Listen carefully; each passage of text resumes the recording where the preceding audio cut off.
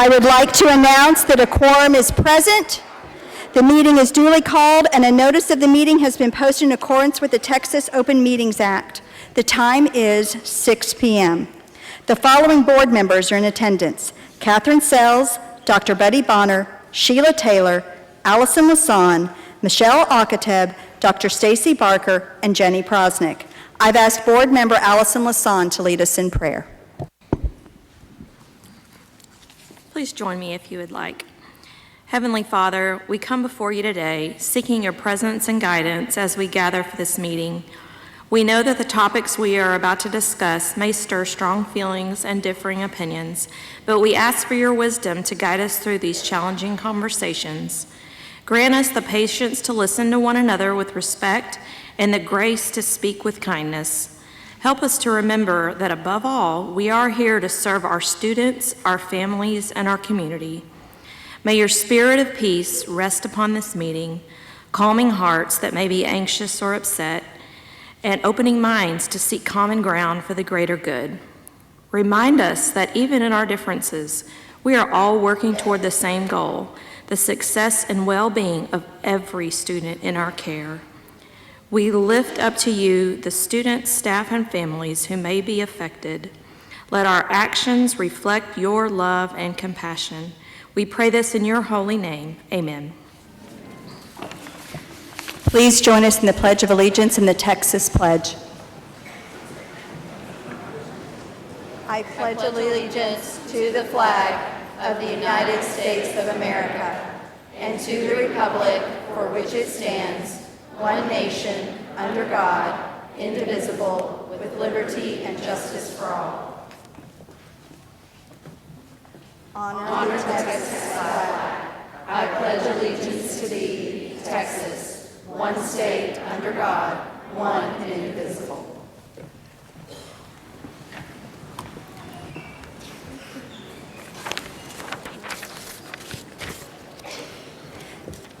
The next item on the agenda is a presentation on the boundary lines adjustments and school retirements for the Marcus High School feeder. I understand that administration has a presentation this evening. Following that presentation, we will move on to the next item, which is public comment and receipt of feedback on this information. So first up is Dr. Rapp to provide the information.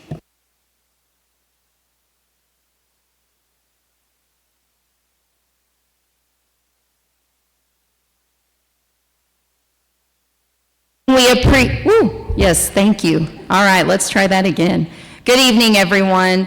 We thank you so much for being here this evening. We appreciate you taking the time to engage in what is a absolutely very important topic for our community. We know that there is no tougher conversation to open up in a community than that of what is resulting from a declining enrollment situation.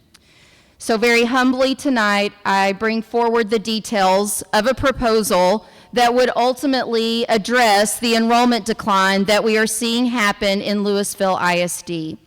We peaked in enrollment in 2016-17 at 53,000 students.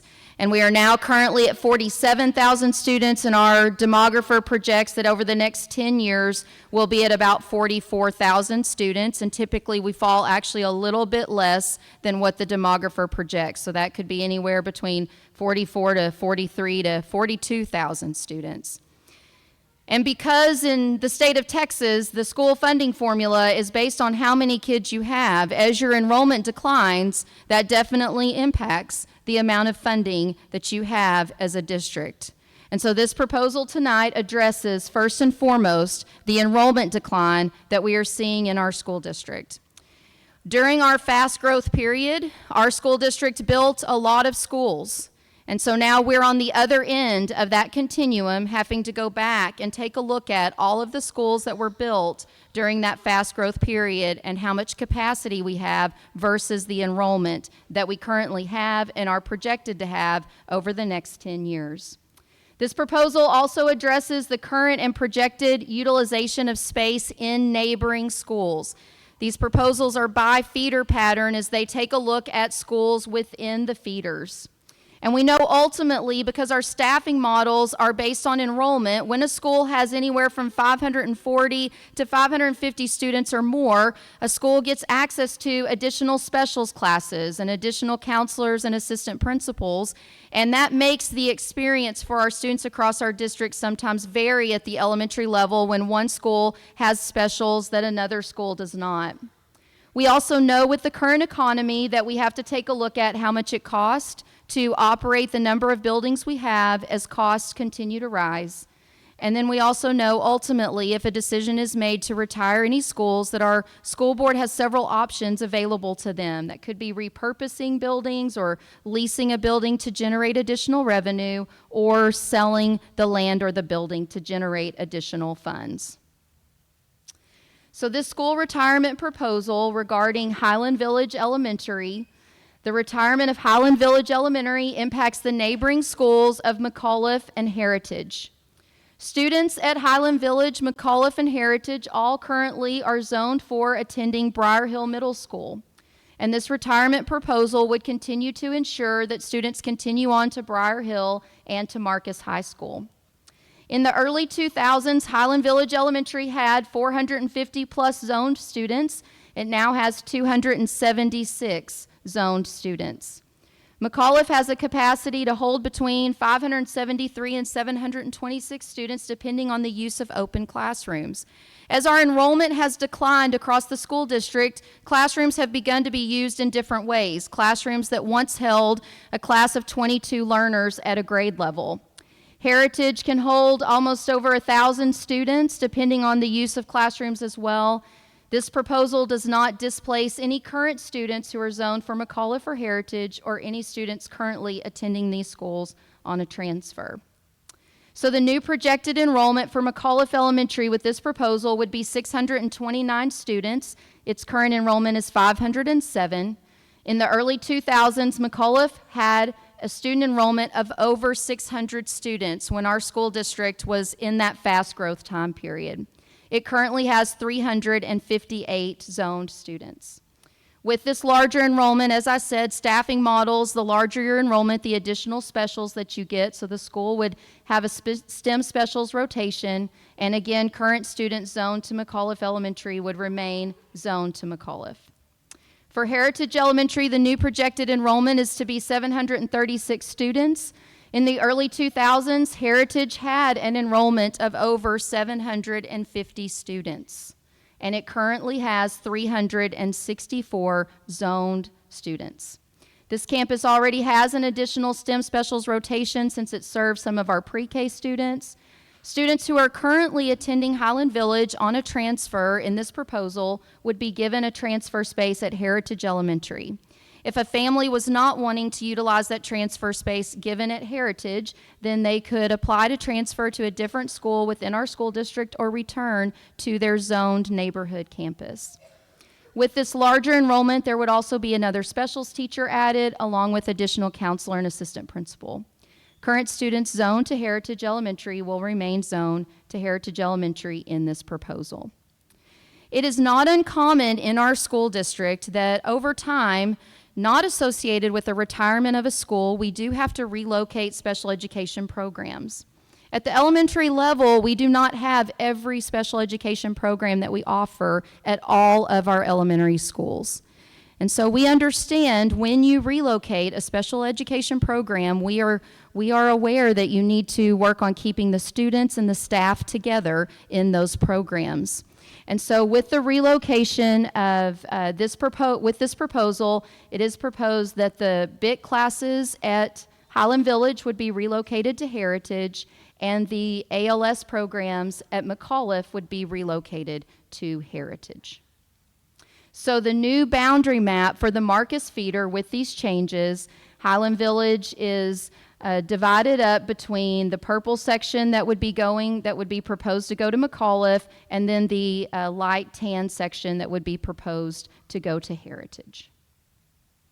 There is also a boundary adjustment proposal that we're putting forward to the community, and that is for Downing Middle School. This proposal would change the Downing Middle School attendance zone. It would impact the neighboring elementary of Flower Mound Elementary. It would address the low efficiency assessment score of Downing Middle School.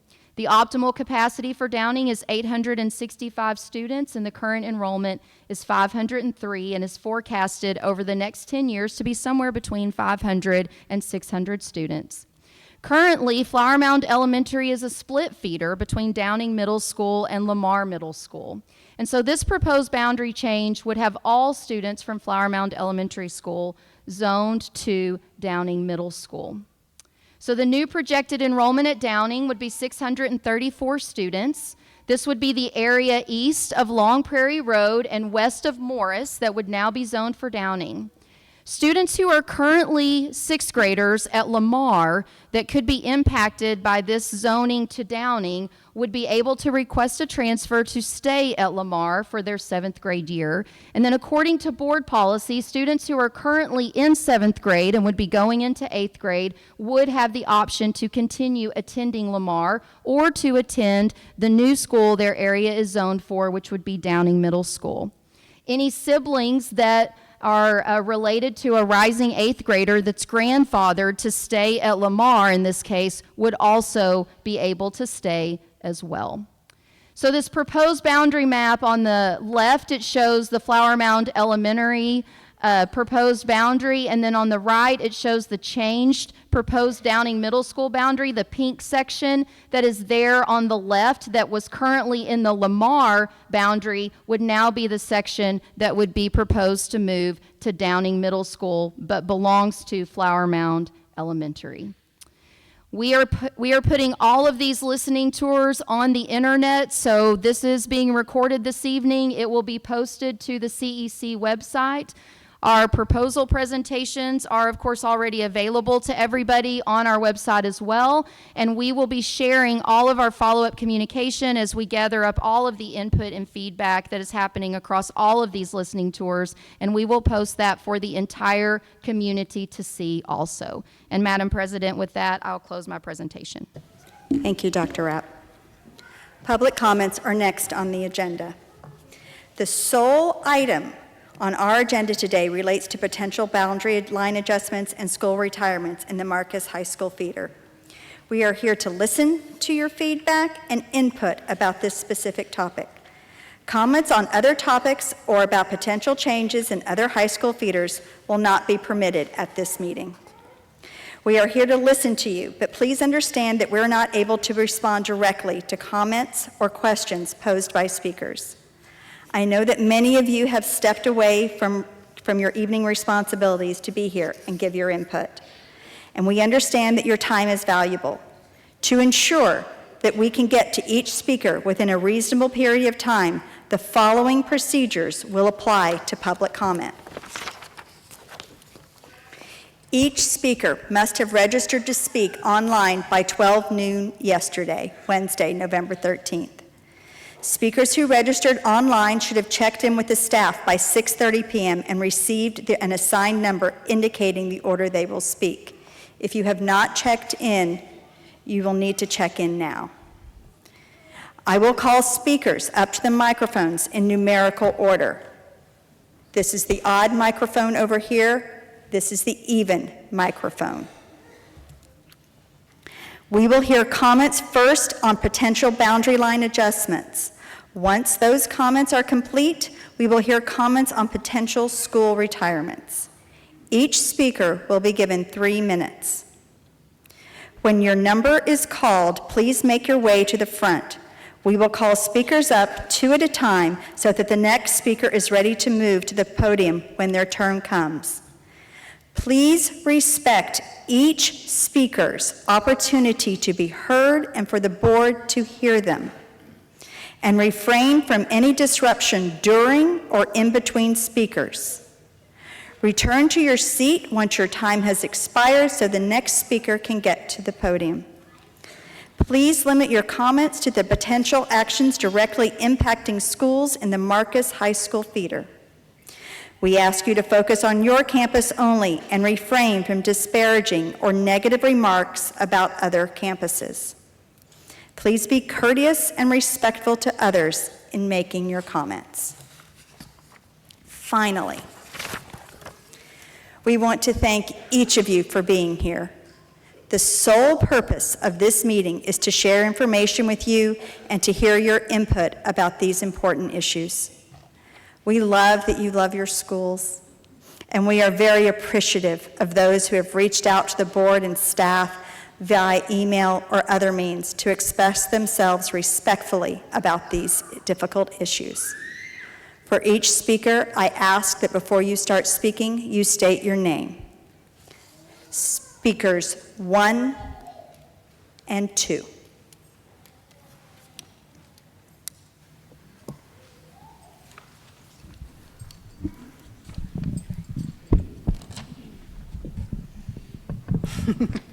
I like the technical help. Yes. You may begin. My name is Riley St. Germain. I'm speaking for my wife who signed up, Marie. We have 3 boys that all go to McAuliffe. Our middle son is in 2nd grade. He was born needing multiple surgeries. In the middle of his brain is a little bit thinner than normal. So because of this, he has a delay. Not sure if that's my phone, sorry. He has a delay that requires him to be in the ALS program, which possibly will be moved to Heritage. We're asking you not to move the ALS program or close Highland Village Elementary for that reason. So we started out at Timber Creek, or he started out at Timber Creek in the pre-K program, got moved to Flower Mound Elementary into their ALS program. We've been fighting. We had fought to get him to McAuliffe, which is closer to our house. The Flower Mound Elementary ALS program then closed and was going to be moved to Bridlewood. After spending 2.5 hours on the bus every day, we said this is enough. We're not doing this. Requested McAuliffe. We ended up getting all 3 of our boys into McAuliffe finally, and now the possibility of having all 3 of them in different schools again. Our youngest in McAuliffe, our middle at Heritage, and our oldest now at Briar Hill. So logistics, I go to work early. My wife has to now make three school drop-offs every single day.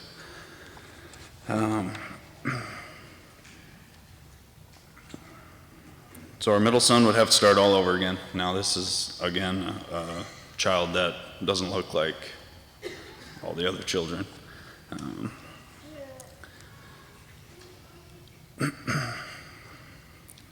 He has a harder time making friends. He has awesome friends at McAuliffe. Very good support system, which to credit to the district, you guys hire awesome teachers that we are confident at Heritage you will have that same support group. But we'll lose the friends that he has gained over the last 2 years.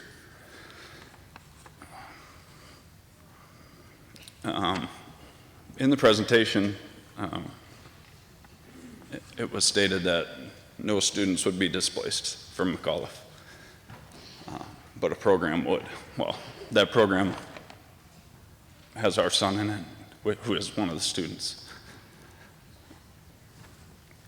So that's about all I have.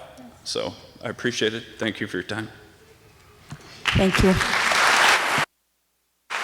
Speaker 2.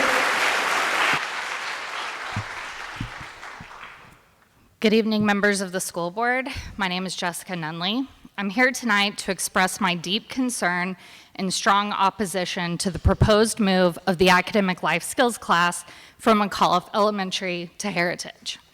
You mentioned in your MHS feeder pattern proposal that no single elementary school houses all of the special education programs that LISD offers. My assumption is that's for a reason. The administrative burden on diagnosticians, counselors, therapists, teachers, paraprofessionals, and administration would be too time-intensive to give each child the attention they need and deserve. How can we ensure our children will not become victim to an overworked and overburdened school with the proposal of moving 2 special education classrooms to Heritage along with the ECSE class that is already there? Consistency is a cornerstone of effective special education. Our children thrive on routine and predictability. Changing schools, especially for a child with high special needs like mine and the previous child mentioned, can be incredibly disruptive. It can lead to increased anxiety, behavioral challenges, and setbacks in their educational progress. McAuliffe has been a home to the academic life skills class for close to 19 years. It's a familiar environment where our children feel safe, supported, and understood.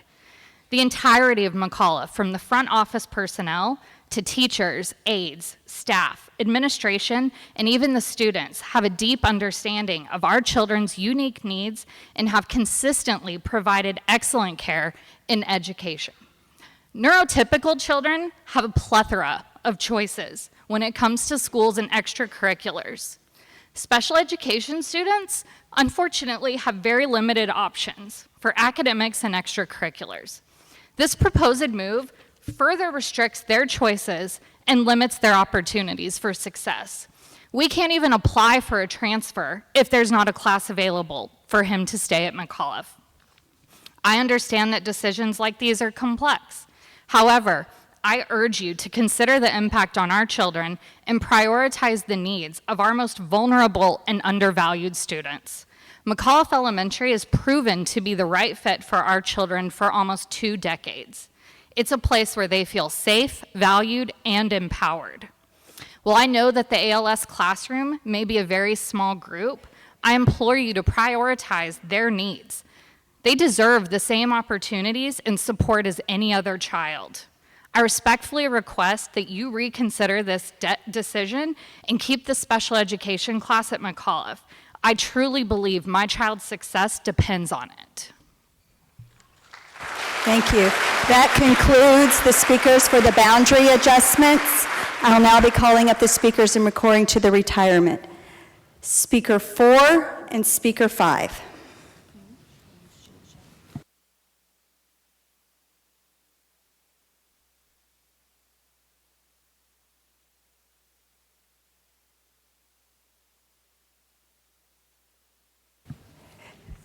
Three did not show up. You may proceed, Speaker 4. Okay. Hi, my name is Dan Rasoy. I'm a father, and I can tell you that closing down a school upends a family to an extent that probably you will not going to be able to understand.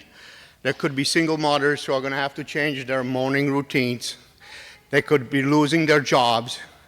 The impact on kids who have a hard time going to school could be also major because you will throw them into a different environment and it'll increase their anxiety.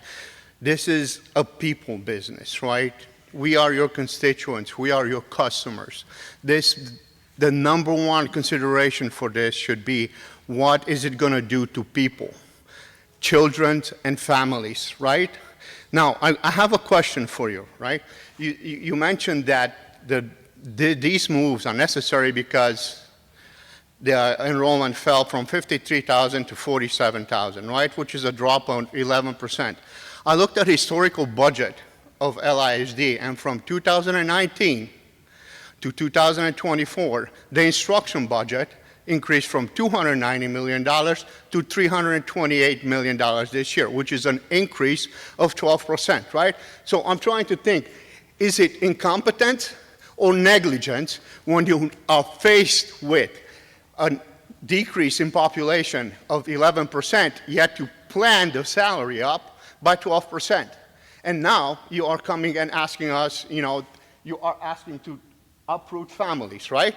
So there's a $44 million gap right there that somebody on this board voted and approved, okay? The math doesn't add up. 11% enrollment, 12% increase in salaries. Please help me understand that. Additionally, last year we asked us for hundreds of millions of dollars for athletic facilities, right? Because football, building a stadium that's open 3 months out of the year is more important than families, right?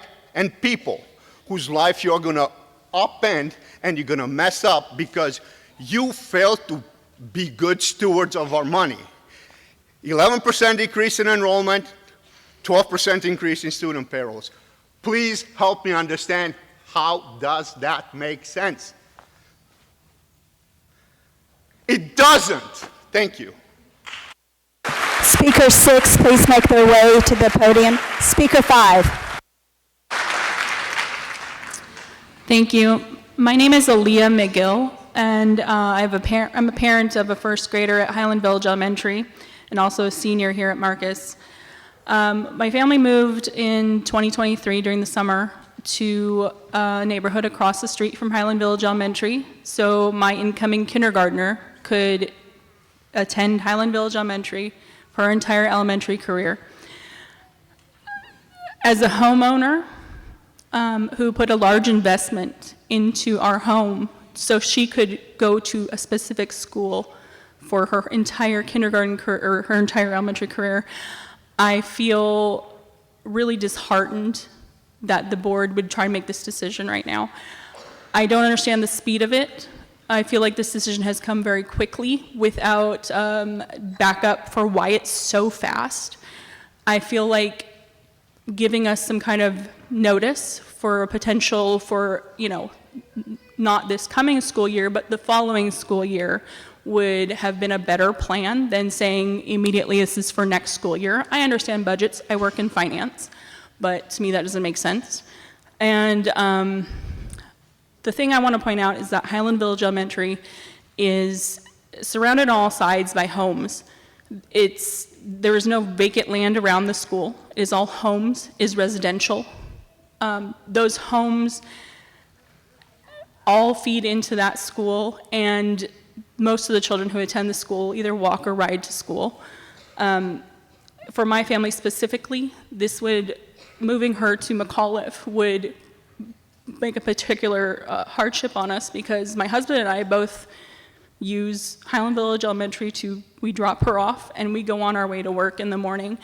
And without that immediate access, because we both work directly off of 35, so without that access to the school, we would have to both backtrack and go all the way over to McAuliffe to drop her off. And that takes how much time out of my already very busy morning routine? And we have planned specifically to live in this home so our daughter could go to this school because this meets our family's needs. And we paid a significant amount of money more to have our house close to the school so that would all fit together. And now I just feel like if you close this school, the homeowners around the school are also directly impacted. How do you make up for that? How do you tell a homeowner that all of a sudden your home has significantly less value because there is no school attached to it? So please take that in consideration as well. I feel like you owe at least the residents and homeowners that much as well. So thank you for your time. I appreciate it, and I appreciate all the responses that you have given us over this time. Thank you. Thank you. Will Speaker 7 please make their way to the podium? Speaker 6. Good evening, trustees, Dr. Rapp, and community members. My name is Charlotte Wilcox, and I have the honor of serving as Highland Village Mayor. In addition to my role as the mayor, I am deeply connected to this community as a realtor for over 20 years. Tonight, I'm here to express my deep concerns about the proposed closure of Highland Village Elementary, a decision I believe will have lasting impacts on our city. First, on behalf of our community, I want to express our appreciation to you as our elected officials and leaders of our district. Your transparency and willingness to listen to our voices have not gone unnoticed. We understand these are challenging decisions, and we know that you do not take them lightly. Thank you for your dedication and commitment to our schools and our community. I don't stand here before you tonight and even pretend to understand the funding formula that the state uses or even your budget. But what I do know is Highland Village is a close-knit community covering just 6.4 square miles. Within this small but vibrant area, every institution is a vital part of our identity. The closure of Highland Village Elementary would mean losing more than just the building. It would mean losing the only elementary school on the east side of our city, a central part of community life for many of our roughly 16,500 residents. The closure would affect 33% of our area, a concentrated burden unlike that felt in any other part of the district. The symbolic loss is significant, but there's also practical concerns. If Highland Village Elementary closes, its students will be reassigned to 2 nearby schools. The shift will bring added traffic congestion, particularly during peak hours, which will create new challenges for families, staff, and commuters alike. We must consider how this increased traffic could impact the safety and efficiency of our roads. Although the school can accommodate more students, the surrounding infrastructure may struggle to handle the increased volume, especially along FM 407. Addressing this congestion would require additional resources, which could put a strain on the city's budget. Another serious concern is what will happen to the empty building. Situated away from the main feeder roads, it is not ideally suited for retail or commercial use. An unoccupied building in our city could become a target for vandalism, creating a need for increased security and police presence. This would add pressure on our public safety resources and may divert attention from other critical areas in our community. As a realtor, I know how vital a local school is to property values and community appeal. Losing Highland Village Elementary could diminish both. In closing, I respectfully urge you to pause this decision until after the upcoming legislative session. This isn't about postponing the inevitable. It's about giving our residents, parents, and local officials the chance to advocate for increased funding for our public schools. We need the opportunity to work together to secure the resources necessary to maintain our schools and find solutions that support our students and community alike. As many of you have shared, if the state had increased per-student funding, we wouldn't be facing this dilemma to this extent. Highland Village Elementary isn't just a school. It's a core. Thank you, Mayor. The speaker at 8, please come up. Speaker 7, you may begin. Speaker 7, you may begin.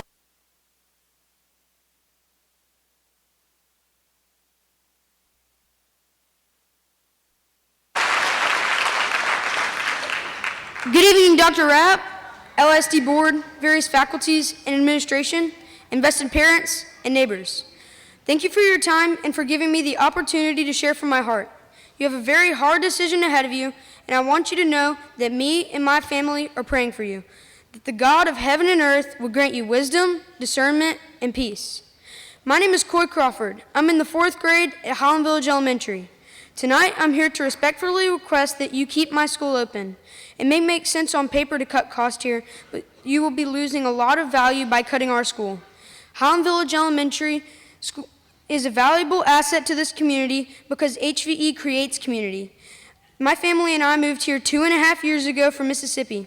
Mississippi is called the hospitality state because the people value community, hard work, family, and making people feel right at home. So while I may be young, I know hospitality when I see it, and I know what hospitality can do to build a community and create a home.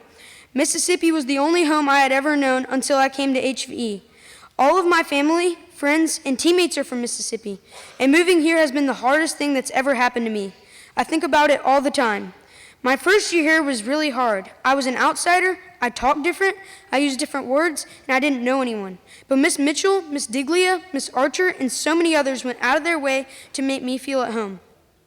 I also have ADHD, so I can be a little hyperactive at times, especially when I'm nervous and scared. But my teachers didn't see me as a hyperactive and disobedient kid. I wasn't just a number at a big school to them. They knew what was going on. They saw that I was scared and really lonely and that I didn't know what to do. They welcomed me and gave me grace and love. They helped me start making a new home here. Soon, I started making friends. Now I ride my bike to school so I can go to Turpin Park on the way home from school and play football with my friends. I had to leave my family, then HVE became my family. My little brother Cal has special needs and he had heart surgery last year. HVE wasn't just there for me this time. They were there for my whole family. They did all this for me, so I know they'll do this for hundreds and thousands of other kids. They create community because they make this a place where we can feel safe and seen. This is why you can't close our school. HVE is a valuable asset to this community because HVE creates community. My name is Coy Crawford, and I'm proud to be an HVE Viking. I respectfully request that you keep HVE open and find other places to cut costs. Life is good at HVE. Thank you. Thank you. Speaker 9, please make their way down.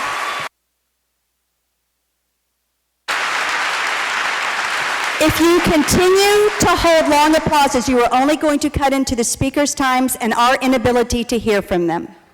So I would ask respectfully for you all to let the speaker speak and let the board hear. Ladies, you may continue. Speaker 9 may make their way to the podium. My name is Haley Mitchell, and I'm dyslexic, and it was hard for me to read and write this. I want to be at HVE for my last year of school. I want to be there with Miss Murphy as much as I can until I move on to middle school.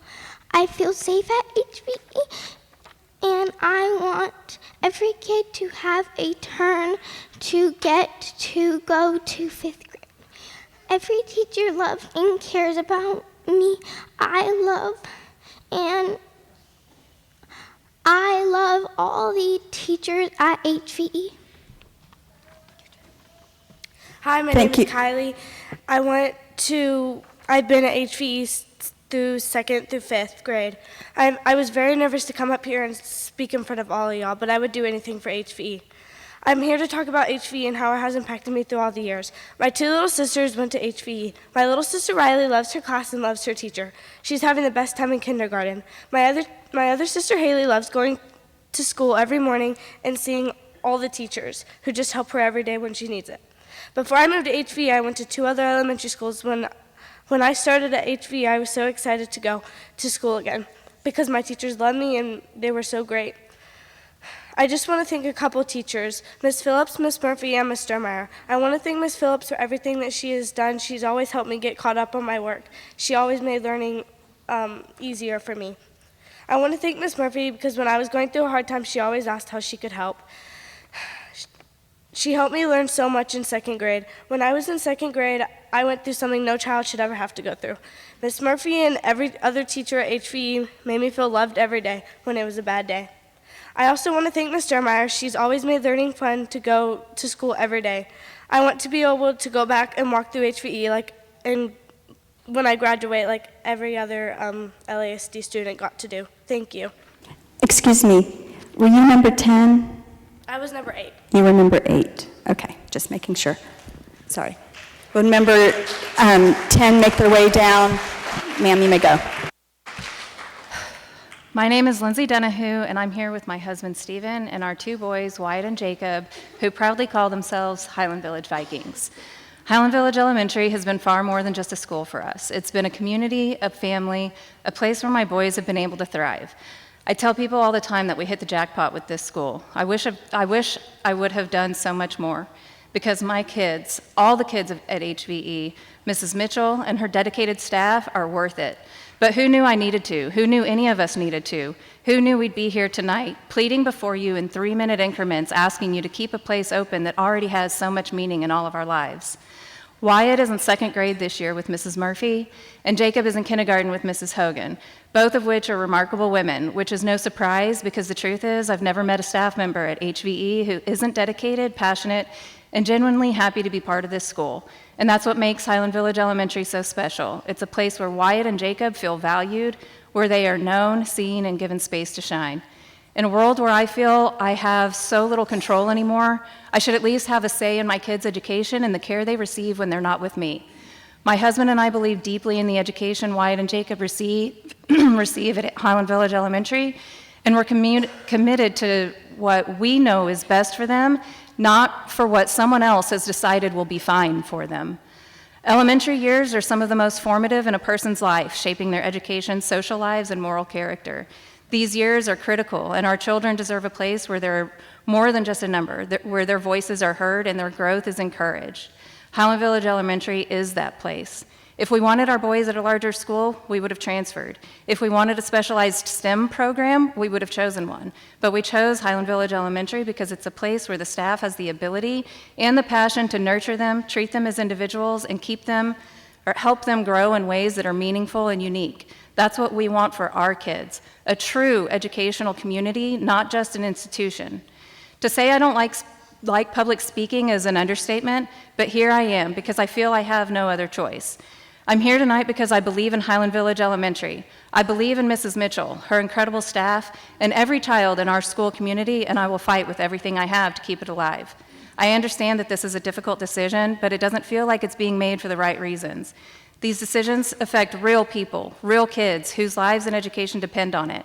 It's hard to see how the educational needs of our children are being prioritized when education itself wasn't even a determining factor in the decisions so far.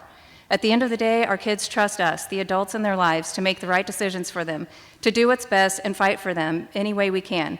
So here I am fighting for Wyatt and Jacob, for every kid at Highland Village Elementary, and for all the kids in these schools that have been reduced to a short list.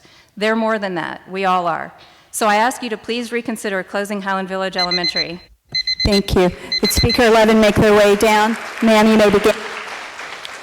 My name is Alex Mitchell. I'm the parent of 3 daughters, one of whom has graduated from HVE and 2 who are currently attending 4th and kinder. I'm also a Lewisville High School graduate, having attended kinder through graduation at Parkway, Southridge, Durham, Killow, and finally LHS. I am an LISD lifer. I spend a significant amount of time volunteering at HVE. It is an absolute privilege and honor to get to spend my time serving our students, staff, and parents, serving our community. The school has become a safe space not only for my children, but for me as a parent. I struggle to write this because what could I possibly say that you haven't heard a million times? I understand you have difficult decisions, but it feels like you pulled the rug out from under us. According to the long-range plan introduced in the 22-23 school year, we are more than on track to meet the long-term goals introduced in regards to budget by the board sitting before me, but your plans change, and you expect us not to feel blindsided. Well, we do, and no amount of clarity or wordsmithing will change that. There truly is no place like HVE, and every time I have made that statement, I have been met with one crucial comment from several of you.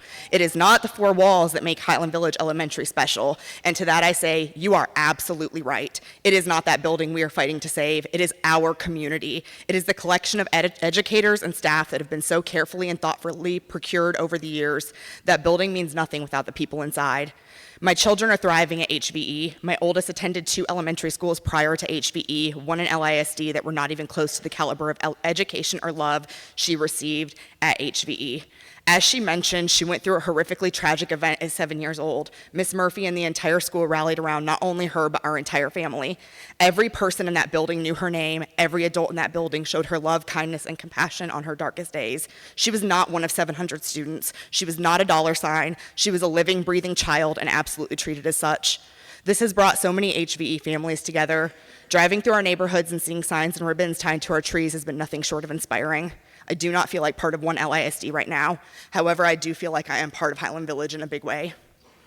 Angie Hogan, Elizabeth Montanaro, Amy Cannon, Amy Collinsworth, Megan Codd, Katie Dang, Shanna Murphy, Stacy Archer, Jocelyn Maldonado, Shelley Fletcher, Sandra Kazara, Sarah Regan, Megan Bodine, Leslie Goodrich, Haley Pyle, Shelley Durmeyer, Abby Duvac, Jill Blackwell, Randy Morgan, Melissa Snap, Risha Phillips, Dawn Slozik, Heather Robinson, Paula Brunner, Sarah Travis, Maria Riviera, Josie Kilgore, Cassie Scheibelhut, Dana Conway, Beth Chapin, Terry Navarro, Carrie Pearson, Bonnie Gibson, Carol Stewart, Leah Cotton, Michelle Murray, Steffi B, Vanessa Diglia, and Leslie Mitchell. I stand up here to fight for what they have collectively created. I am proud to know that each and every single one of these amazing women has impacted and shaped my daughter's lives in so many ways.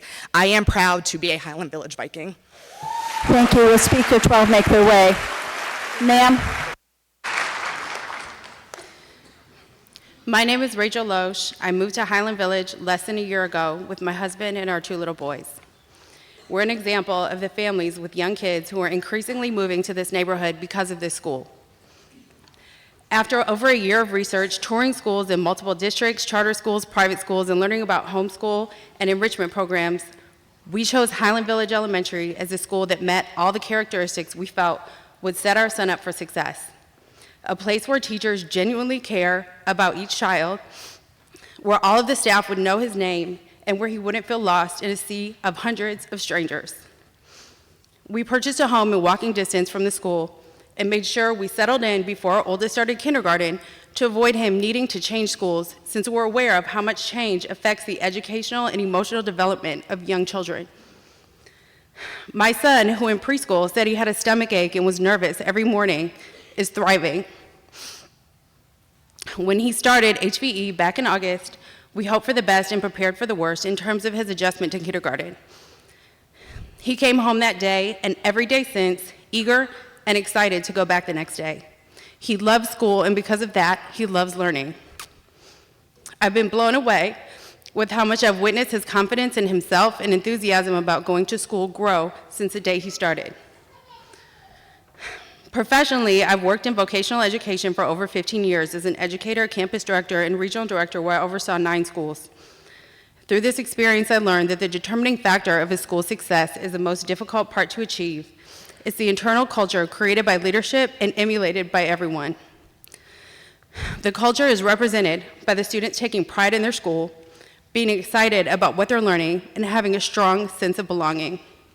This is only attainable through teachers who feel valued and supported by their administration, allowing them to truly enjoy teaching and caring for our children. Everyone has to work in sync, and it's not easy to reach. The result of this positive and productive environment is reflected in the academic achievement of the students, the support of the community, and by the parents here today pleading to keep this special school that's allowing our children to flourish. HVE is an example of what every school should strive to be, a neighborhood school at the center of the community, delivering a high level of education where people feel welcome and at home. Retirement of this campus will be an irreplaceable loss of a school that's truly getting it right.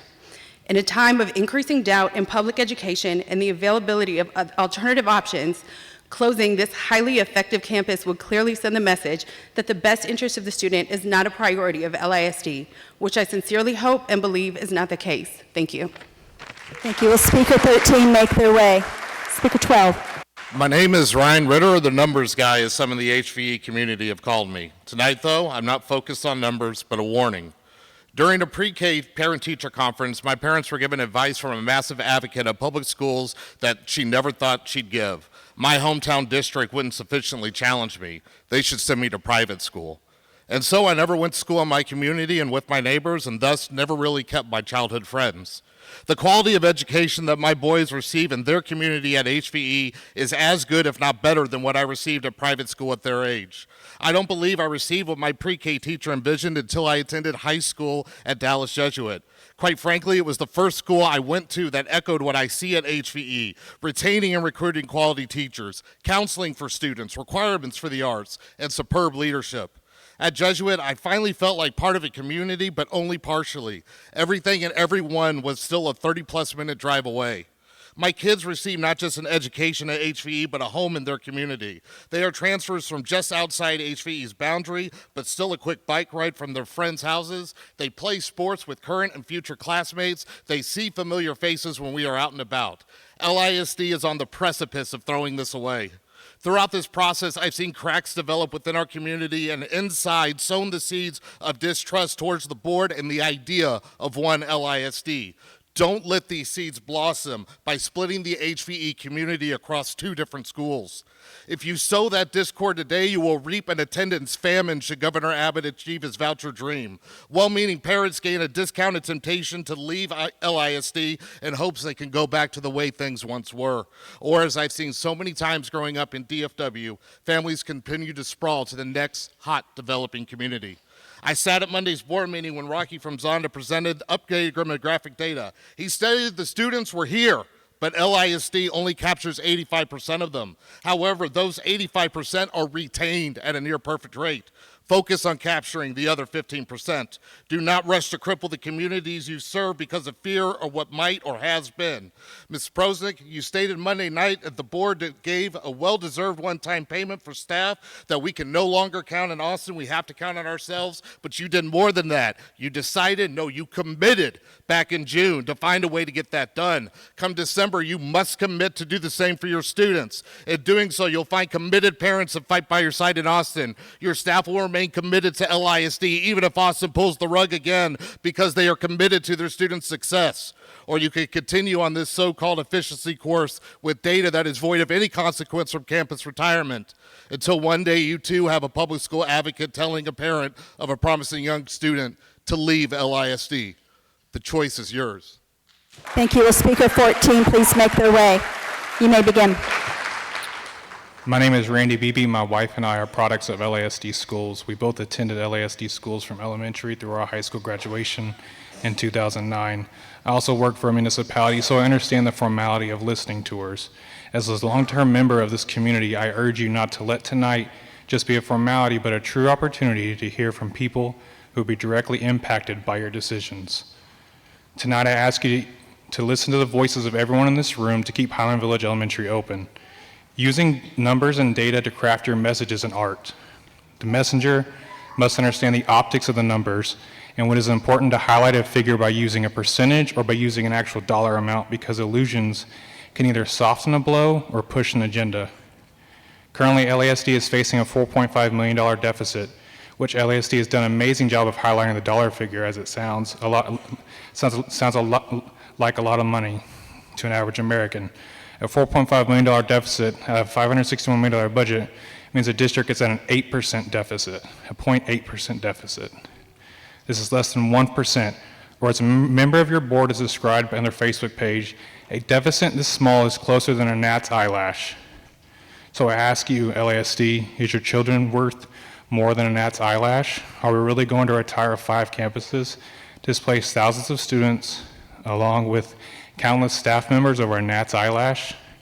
To this board's credit, LASD's financial situation feels very different than other North Texas districts who have made decisions to retire campuses. All other districts outside of Irving ISD had deficits much higher, 4.3 to 6.5%. I think it's important to highlight Irving made the decision to close 2 campuses due to one campus being at 46% capacity and 50% capacity. Highland Village Elementary is currently at 73% capacity and is expected to maintain its capacity over the next 5 years. There's absolutely no reason our school should be on a retirement list, given the figures I just provided that our district's financial health at our school's capacity. It is hard not to view these numbers and decisions as part of a broader agenda, with LASD potentially using this volatile political climate and inadequate funding from the Texas legislature as a scapegoat to restructure and consolidate the district, sacrificing the quality of education, our students, our dedicated staff in the process. So I ask, what's the rush? Texas legislature meets in January. Governor Abbott has made it clear his first priority is passing the voucher program, then funding public schools and increasing teacher pay. Given that, why do we not wait to see what happens in January before making such a significant, irreversible decision? So in closing, I ask you again, LSD, is our students worth more than an gnat's eyelash? Thank you. Speaker 15, please make your way down. Shattuck. Hey, y'all. My name is Amber Shattuck. I'm a current HVE mom. This is my daughter, Willow. She's in 5th grade at HVE and has been a Viking since kindergarten. She's not speaking tonight, but she wanted to show her solidarity, and she wanted me to mention how much she wants to have the opportunity her senior year to do the senior walk through the halls of her beloved HVE. I spoke to you guys on Monday night at the board meeting on behalf of HVE PTA, as I'm the current sitting president. My plan tonight was to just talk to you as a mom and make an emotional appeal to you about how much this school means to our family. However, I sent you guys a list of questions from our PTA on Saturday, and they haven't been responded to yet. I'm not being accusatory in any way by saying that. I recognize that you've had an extraordinarily busy month, really, and so I understand why it hasn't been gotten to yet. But that said, I've promised a lot of people in this room that I would seek out answers to their questions. So tonight, I'm going to use as much of my 3 minutes as I can to read them. Number 1, our parents have been told to look at what Plano ISD and Richardson ISD did when they closed schools to address their deficits. Based on online data, Plano ISD had a $37 million deficit. Richardson ISD had a $27 million deficit when they made their decisions. Why are we looking at the extreme option of closing 5 schools over a current $4.5 million deficit, which is a 0.9 or 0.8%? I also had the gnat's eyelash thing in there, but I think y'all got it. Number 2, LASD's long-range plan, Goal 3, posted on the district website, says that the district's target goal is to reduce the deficit down to 1.5% for this school year, and then down to 1% for next school year. So if we're currently sitting at 0.9%, then we don't understand why we're considering closing schools at all. Number 3, since we are ahead of the planned target, even if consideration for school closures need to be made, we don't understand why this is being so rushed. Could this not be something that we consider over a year or 2 versus 2 to 3 months? Number 4, why are all self-contained SPED programs being funneled to Heritage when they have previously only had SPED pre-K and don't have experience with school-aged BIC, ALS, or AVLS students? Has the board considered the toll that this would take on admin if support is needed for multiple programs and students simultaneously? And has the impact on these students specifically been considered, as they are often less resilient to change than their typically learning peers? Number 5, given the climate that schools unfortunately must operate in today, has the board considered the safety issues that could present during an emergency situation? More students are a lot harder to organize in an emergency, but also your proposal ensures that all the self-contained SPED students who will have the hardest time navigating and understanding how to remain safe will be the responsibility of one group of administrators and school staff. Number 6, if the inefficiency metrics provided by the CEC committee was the litmus test for which schools should be considered for retirement, then why are we not focusing on the top 5 most inefficient schools? If there were other metrics that were being used in addition to those, then what specific ones were used to determine that HVE should be chosen for the Marcus feeder pattern? I'm out of time. We have 26 other questions that have been sent to you, and we do look forward to your response. Thank you so much for your time. Bye. Thank you. Will Speaker 16 please make their way? Sir. Good evening. My name is Jeremy Jones. I'm here with my wife, Jamie, and one of our 2 sons, Crew, who's currently in 5th grade at HVE. Y'all have shared and posted a lot of data with us on possible outcomes. However, none of it has been with any reference considering safety or emergency response. One of our most common goals, pretty much with everybody in this room, is our safety of our kids, especially when we drop them off at school. So if we're forced to close the school, I'd like to see our kids attend the safest 2 of the 3 options in our community. To accomplish this, I'd like to see y'all form a committee of fire, police, and emergency managers from Lewisville, Flower Mound, and Highland Village, the cities that would mutual aid into Highland Village and respond to a call, along with LISD security and safety personnel. This committee would analyze each school and rank which 2 of the campuses are the safest for our kids. Not only safest in preventing and discouraging an incident, but which campus provides the best access for our first responders to get to the injured, as well as the campus that has the best means of egress or exit for our first responders to get the injured to the appropriate medical facility in the shortest amount of time to receive the life-saving treatment they may need. Thank you. Thank you. The next speaker, please come up. Speaker 17. Good evening. My name is Katie Bragg. I'm an LISD graduate, current teacher, and LISD brand ambassador. I love my kids, my school, my feeder pattern, and this district. But in the decade that I have taught in LISD, this job, through no fault of yours, has become progressively harder. Due to budget constraints, I can no longer attend professional conferences that sharpen and reinvigorate my classroom work. Last spring, I was told that my stipend for being our campus's GT liaison was being dissolved. As a result of rising insurance costs, inflation, and no raise this past summer, I actually, with more experience, receive a paycheck that doesn't go as far as it did a year ago. And every few days, we are warned about sub-shortages, which, if we are called upon to fill, sometimes require us to teach outside our content area during our conference or 2 classes at once. With each of these setbacks, I have grimaced, closed my eyes, swallowed hard, and said, "It's okay. I can do this. Yes, it's hard, but this is still the best job in the world." And then a few weeks ago, I learned that Highland Village Elementary, my children's school, might close. So the challenges that have begun to impact my workday will now lay hold to my morning and my evening as well. If my children's school closes, my husband will no longer be able to help me get them to school as he already has a long commute, and we will be zoned for McAuliffe, which is in the opposite direction of his office. So I will be dropping off 3 children at 3 different start times at 3 different campuses. My neighbor who lives just a few streets over is also an LISD teacher with a similar struggle. Except since our HVE community will be split in half due to rezoning, she will drive past McAuliffe to Heritage and make one of 3 stops at 2 different drop-off lines. The closure of our neighborhood school will take family time away from working mothers and fathers, many of whom are your staff. Our classroom students will see no difference in the time we spend with them, but our own kids will get less of us. Our own children will trade quality time at home for time spent in car lines or on buses. Time spent en route will increase for all families as the stretch of land between DKH, Heritage, McAuliffe, and Briar Hill will struggle to accommodate us all.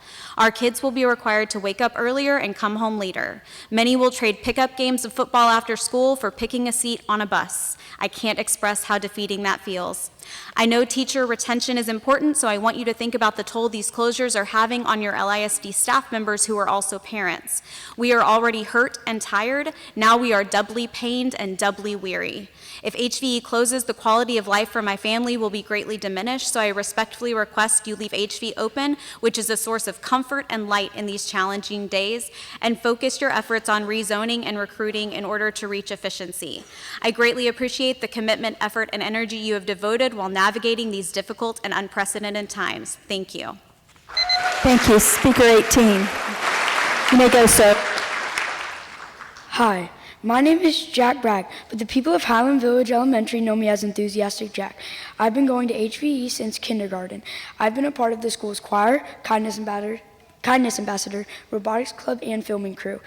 I want you to know the impact shutting down HVE could have on kids after school every single day. Each afternoon, my brother and I walk home, dump our backpacks on the floor, and go to Turpin Park, where we know every single day there will be multiple kids to hang out with from HVE. If HVE gets shut down, everyone's after-school plans will change, and we won't get to spend time together outside of school anymore. The neighbors, the family across the street, and I all go to Highland Village. Think about what it would be like for us going from walking to school every single day and walking to the park after school to spending 15 to 20 minutes on a loud bus. I know y'all are thinking about closing our school because we're small, but that's what's good about us. I'm in the 5th grade, and I know many students from kinder, 1st, 2nd, 3rd, and 4th grade, and I think us being a small school is what makes us a close community. For instance, there's a kindergartner in Miss Hogan's class. His name is Rich, and he is one of my best friends. And there is also a kid in 4th grade named Coy. He and I always play football with each other after school at Turpin Park. Not only that, but these are just a few of the names I could list. I could go on and on about kids from different grades I know at HVE. In conclusion, HVE is an amazing school that puts a lot of work into making the students of Highland Village feel supported. Without HVE, my brother and I will lose the opportunity to hang out with friends at the park. HVE is more than just a school, it's a way of life. Shutting down HVE is like shutting down our community. Thank you for listening. Thank you. Speaker 19, please make their way. Speaker 18. Hi, my name is Crew Bragg, and I'm a third grader at Highland Village Elementary. Most days after school, I see Mr. Jerry. Mr. Jerry is one of my neighbors who lives by Turpin Park. He gives us popsicles and wants to see the smile on our faces. And if you close Highland Village, Mr. Jerry will lose the privilege to do that, and almost everybody knows him. And he greets everybody with a wave and a smile on his face. We also get to do a lot of field trips without having to pay for or ride on a bus. We have been able to visit the fire station, police station, mayor's office, and Turpin Park, all because of Highland Village is so close. I would be really sad if Highland Village closes. I'd feel really sad if I didn't get to go to the park right after school and play kickball, soccer, football, baseball, and sharks and minnows every day with my friend. Also, some of my friends will go to Heritage while I go to McAuliffe, so I will feel really sad about my friends going to a different school, and I will feel really bad for my friends who had to go to a different school. Please keep Highland Village open. Thank you. Next speaker. All right, good evening. I'm Braxton Bragg. I'm a parent of a 5th grade Viking, a 3rd grade Viking, and a 3-year-old future Viking. I recognize the difficult position the school board is in and the tough news you and Dr. Rapp have had to put forth. It's not easy for you. It's not easy for us. I'm frustrated that our school is being considered for closing. I'm frustrated that we are in a time when any of our schools would be considered for closing. I'm frustrated that it seems like our kiddos' well-being is being put second to balancing a budget that is pretty balanced. Y'all have done an amazing task implementing processes and changes that have increased a large deficit into something that is less than 1%. This is further highlighted by the fact that you've exceeded your goals set forth in your long-range planning document, a goal of achieving 1.5% this year and 1% in 25-26. I'm frustrated that shutting down 5 schools nets you approximately $2 to $2.5 million, still leaving you with a deficit. I question what's next, middle schools or more elementary schools? Or is our community and the other 4 communities the ones bearing the brunt to achieve a deficit that's now better than 0.5%? Or is there an incentive for this number, or is it simply arbitrary? I'm frustrated that in the annual comprehensive financial report for the last several years, I read statements talking about maintenance and operation tax cuts while we face what has been presented as a maintenance and operation efficiency problem with our schools. I read statements in prior years with much larger deficits about superior financial ratings in a general fund and debt service fund that have a minimum fund balance with, quote, parameters designed to assure a strong financial position in the event of reductions in enrollment, tax revenues, or other funding sources. The district's fund balance in both general and the debt service fund exceed these parameters. You can also find in the ACFR comments on our long-term financial planning, quote, the district has grown the fund balance to ensure that the needed resources are available to provide for enrollment declines and unexpected situations. Or, quote, the district has experienced growth in taxable property values. This increase is expected to result in increased ad valorem tax collections. Again, superior financial positioning, and yet here we are, balancing the four cornerstones of the district's vision against what? Looking at the four cornerstones, HVE exceeds in every category. Student learning exceeds, student experience exceeds, community engagement exceeds, resource stewardship in time, talent, and treasure, not just taxpayer money, exceeds. Thank you for your time. Thank you. Speaker 21. Hi, my name is Kasia Shved Carlson, and this is my daughter, Athena. Athena is a second grader at Highland Village Elementary, and she is the youngest second grader in that school. She was robbed of the opportunity to attend preschool for 2 years during and after COVID. And because of her young age and that lack of opportunity, she has struggled in school since kindergarten. There are many reasons why we chose to live in East Highland Village. It is an established, safe, and affordable community for young families. And it was built around a reputable elementary school. HVE is the cornerstone of East Highland Village. And its intimate and personal community has allowed my daughter to thrive with all the disadvantages. And then I also wanted to point to that poster because a lot of kids mentioned Turpin Park. Those are all the little hands that are part of that community that we've joined when we moved to East Highland Village. And all of them play at that park after school every single day. I reviewed the findings of the Community Efficiency Committee. However, I struggled to find the element of community in their work. I found raw data, predictions, which put numbers and dollar signs next to my daughter's name. The community are the students, the teachers, the staff, the administrators like yourselves, and our neighbors that will be affected by these numbers and dollar signs. I work in the high-risk aviation industry. Every time an aircraft takes off, there are a million risks taken by the operators, the crews, and the flying public. I'm not even going to pretend to know what you have to go through with the public education system. That is your job.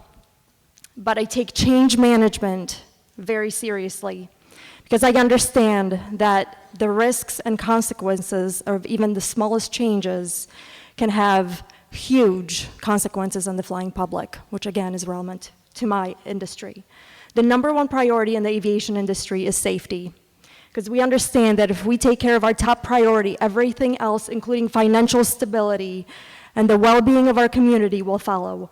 Your number one priority in the public education sector is to ensure that all students have access to high-quality education. And I must say, LISD has done a fantastic job of this. I see it every day in my own child. And just look at the community that showed up here today because of all the work that you have done. So please listen to their alternative solutions, because they have plenty of them. As leaders in your industry, I ask you to consider the community at large and look beyond the raw data and predictions. I urge you to focus on your top priority, and I encourage you to get back to the drawing board as you prepare alternative solutions. Thank you. Speaker 22, please make their way. Ma'am? My name is Jennifer Dragoo. I'm a working mom, an HVE and Marcus parent, and an LISD alum. I graduated from Lewisville. I'd like to start by saying that this proposal is terrible for our students, our staff, and our community. The solution of campus retirement is extreme and disproportionate to the scale of the problem. Number one, the deficit is less than 1% of the budget. While I commend your progress from the original $43 million deficit, if you can find $38.5 million, you can find another $4.5. Number two, projected savings from the closures only solves half of the budget deficit anyway. Number three, we were told optimal capacity is 80%, and only by moving the goalpost to 90% does this proposal work. Number four, McCullough is already at 90% of facility usage. Adding 122 students puts the school at 96% of the new optimal capacity and over 100% of the original. 37% of HVE students are walkers. There's nothing more valuable to me as a parent than the blessing of walking with my 9-year-old.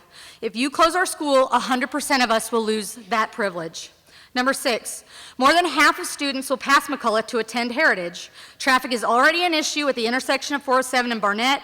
The congestion of the three schools on Briar Hill Boulevard is bad enough now, and the addition of students, bused and driven, will increase traffic by more than 20%. The negative impact to our property values nor the potential for growth were considered by the Efficiency Committee. Our zone is filled with the most affordable starter homes in Highland Village with the most potential for attracting young families. Hear us loud and clear. We do not want this. You are going against the will of your constituents.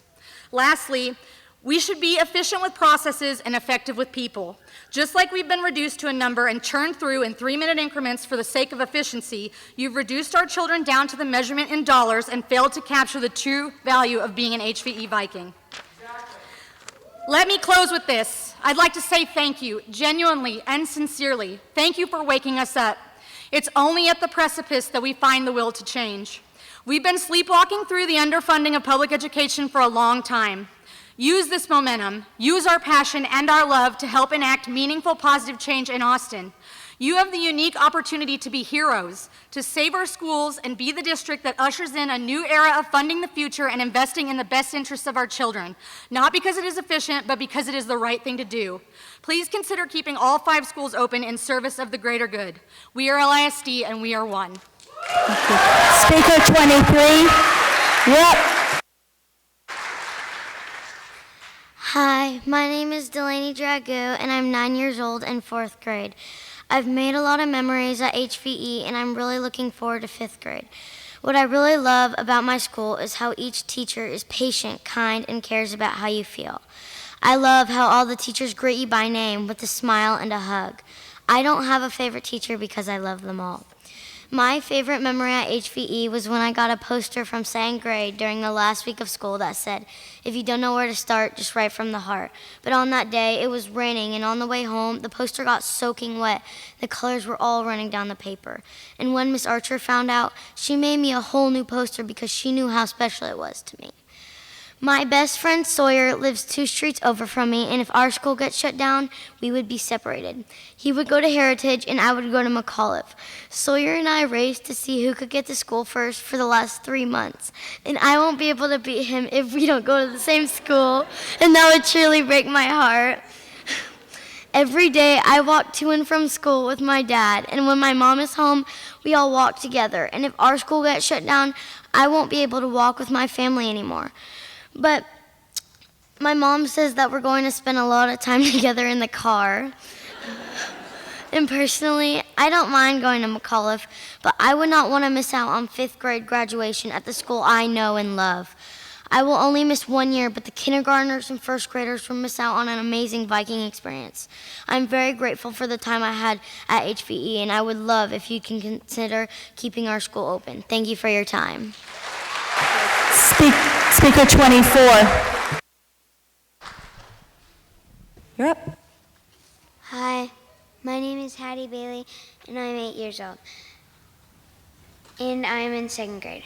What I love most about my school is my teachers and friends are so nice. I like that my teachers dance when I come to school. I like HVE. I am fighting to save my school. I am fighting to save my teachers and friends. Please keep HVE open. Good evening. My name is Sarah Bailey. I have a 2nd grader at HVE. She is part of the Turpin gang that walks to the park every day after school. This year, she's gained a wealth of independence, being able to walk after school and also being able to ride her bike to school with her dad when he gets off his shift in the morning. To say that this school is a massive part of our quality of life would be an understatement. A good chunk of dads at HVE are firefighters for the neighboring cities and also Highland Village. Our lives are already heavily affected by their schedules and the complexities of their job and the mental toll it takes on them and in turn takes on us. So the ability to walk and ride to school in the mornings they get allows these dads to have quality time with their kids after being gone for 24 to 48 hours. The teachers and staff at this school also make sure our kids are fully supported in the many ways they face different life circumstances. Our teams of teachers are incredibly connected and engaged in not just their own class, but every class, and with every student's well-being. We traumatically lost our neighbor, our next door neighbor, close to the last day of school in kindergarten. It was a really hard day. Not only did my daughter feel supported, but I felt supported by other families that heard and teachers. When our dog died, Miss Collinsworth let Hattie sit at her desk the whole day. She sat her home with a book that helped explain and put words to what I couldn't articulate. My mom and mother-in-law both have had cancer this last year, and I was checked on, and Hattie was supported day after day as we navigated a really uncertain future. These stories are just the tip of the iceberg. We are a family at HVE, and no one is left behind. Closing us feels like a messy divorce, and no one wins, and everyone is worse off. Speaker 25, make their way. Yep. Hello, my name is Meredith Reedy. I was a McAuliffe Highlander, a Briar Hill Bulldog, and a Marcus Marauder. Then I was a Baylor Bear, and then I came back here, met my husband, bought a house so that I could let my children attend McAuliffe Elementary School. And I am here today because my heart is crushed for you. Crushed. And so I just speak from a different perspective on your behalf. Perhaps a perspective that we can step back. Sometimes when we get into details, we forget the things that are most important. So I'm going to look high view for a second here, and I want to talk about a couple of things. The first one, we are talking about closing the number 9 elementary school in the district.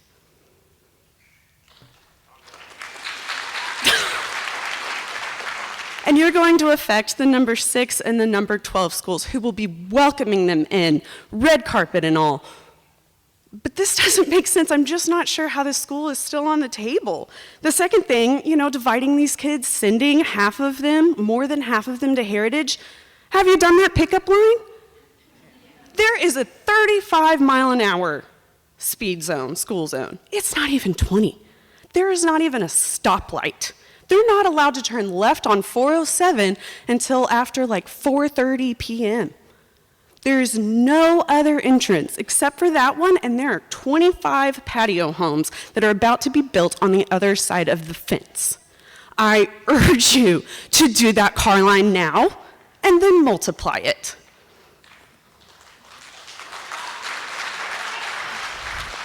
The third thing that frustrates me the absolute most and validates every single thing that everyone is frustrated here with is the fact that transfers are safe because they have a $sign over their head. The out of districts, I've done my research, I understand that, but the special needs kids, those 7 kids at McAuliffe, how is this on the table? I really don't understand it. I get that there's a lot that goes into it. Trust me, I've read every single one of your slideshows. I've been emailing a significant amount with Buddy Bonner and Charlotte Wilcox, and I'm super grateful that she came and spoke on behalf of our city.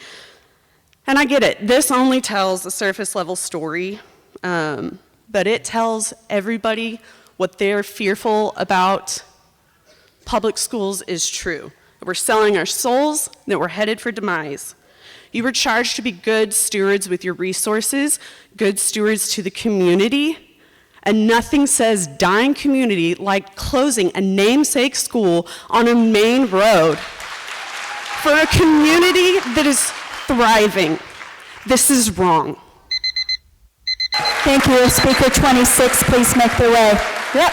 Hello, my name's Heather Lupton.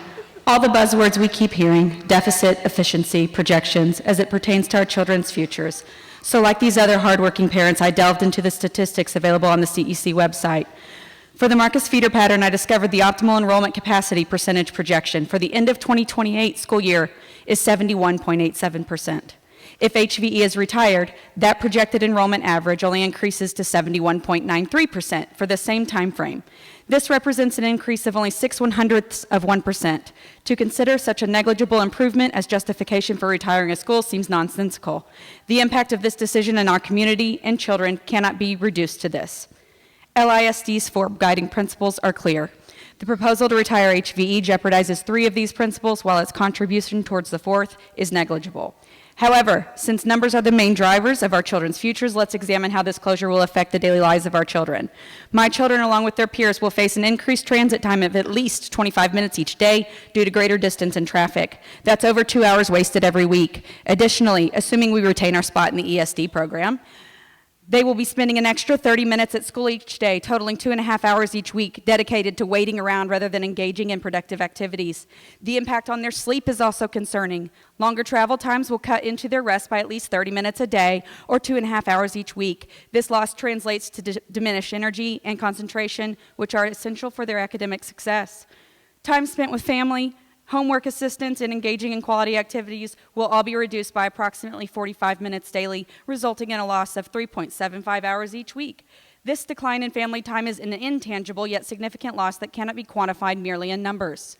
The immediate stress placed on the working parents of HVE is palpable. The proposed retirement was communicated on October 8th. HVE families have been left scrambling to understand the details and rally support to save our school.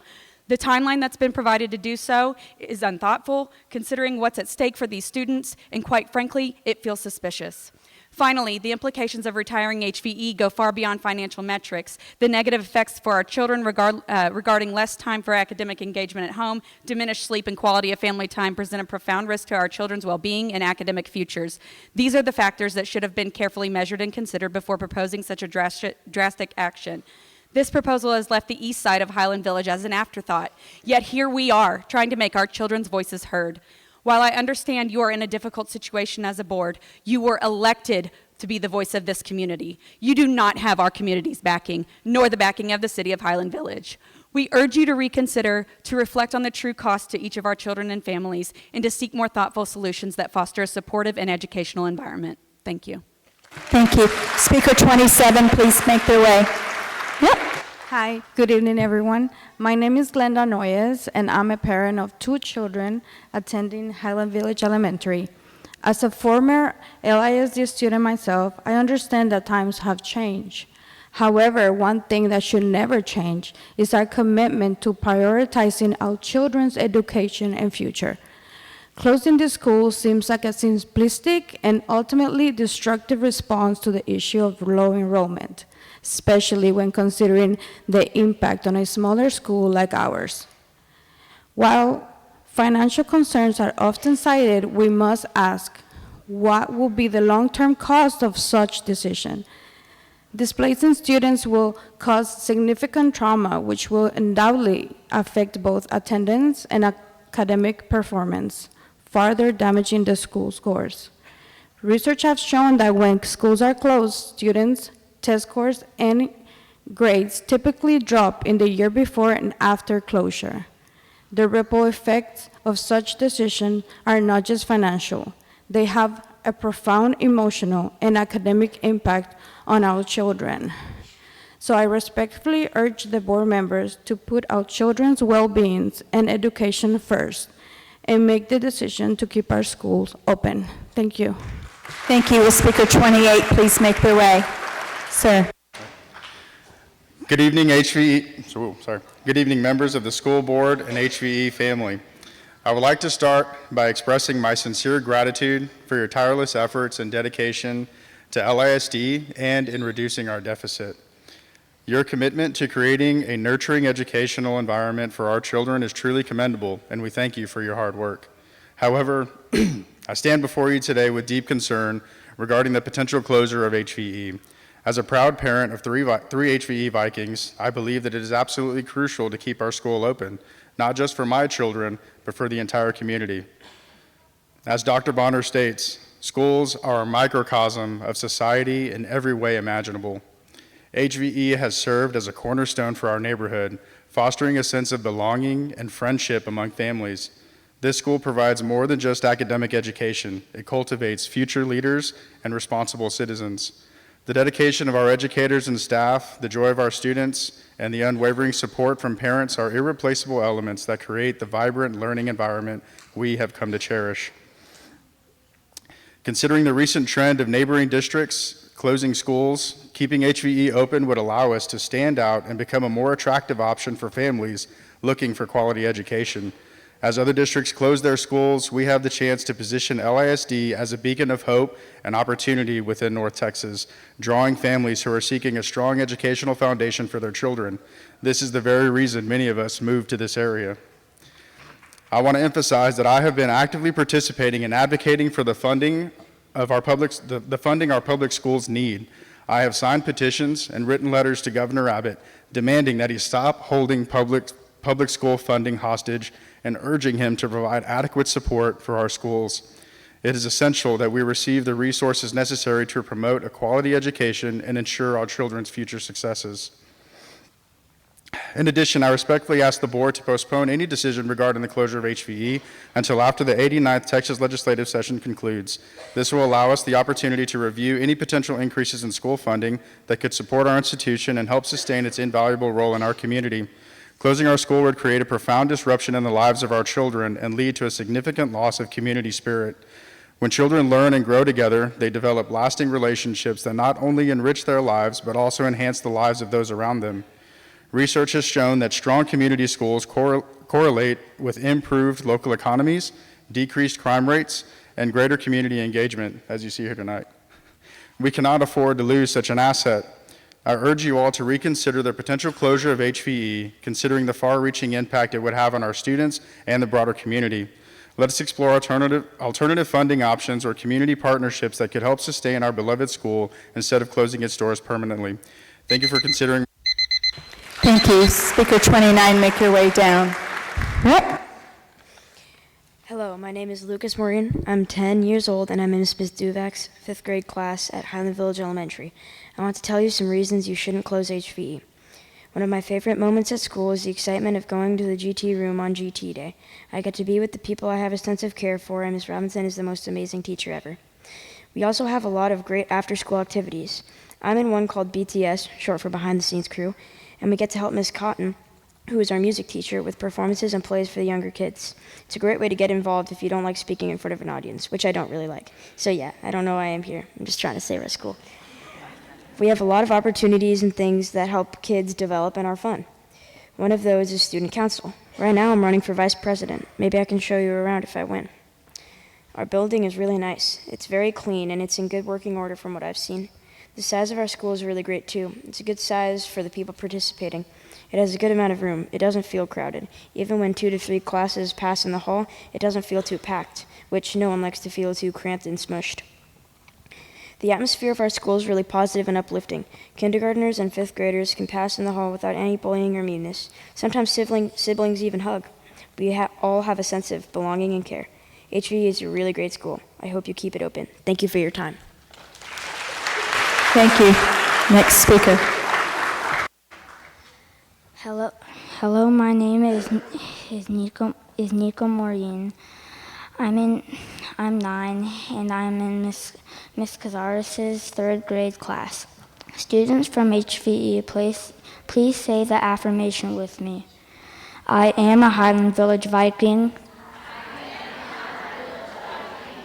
I am smart. I believe in myself. And my abilities. Excellence begins with me. I am a Highland Village Viking. Thank you. Thank you. Next speaker. Hi, everyone. My name is Jeff McCown, father of 2 kids at HVE, 1 HVE graduate. And first, I'd like to say that I do appreciate the difficulty of the position you all find yourselves in. The state legislature, of course, has put you in this position, and I applaud the work you've done thus far to cut costs and reduce our budget deficit. I also recognize that we're definitely not the only school district in the area to face these types of challenges. But I'd love to see us be the first to handle these challenges differently. As has already been stated, Richardson ISD faced a $28 million deficit, 6.7% of their operating budget. They closed 4 schools. Plano ISD faced a $35 million budget deficit, 5% of their operating budget. They also closed 4 schools. As we all know, we're facing a $4.5 million budget deficit, and we have on the table closing 5 schools. One of these things just doesn't really feel like the other. And the actions that we're taking seem pretty fast and drastic relative to the scale of the problem versus other districts. Also, I'd point out just from the data that you've shared, and you've done a great job of being transparent, HVE is not an outlier in terms of efficiency nor enrollment.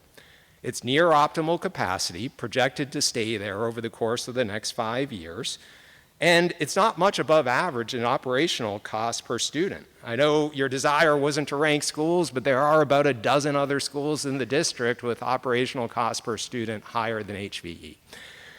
But I will say that there definitely is one area where HVE is an outlier, and that is in academic performance.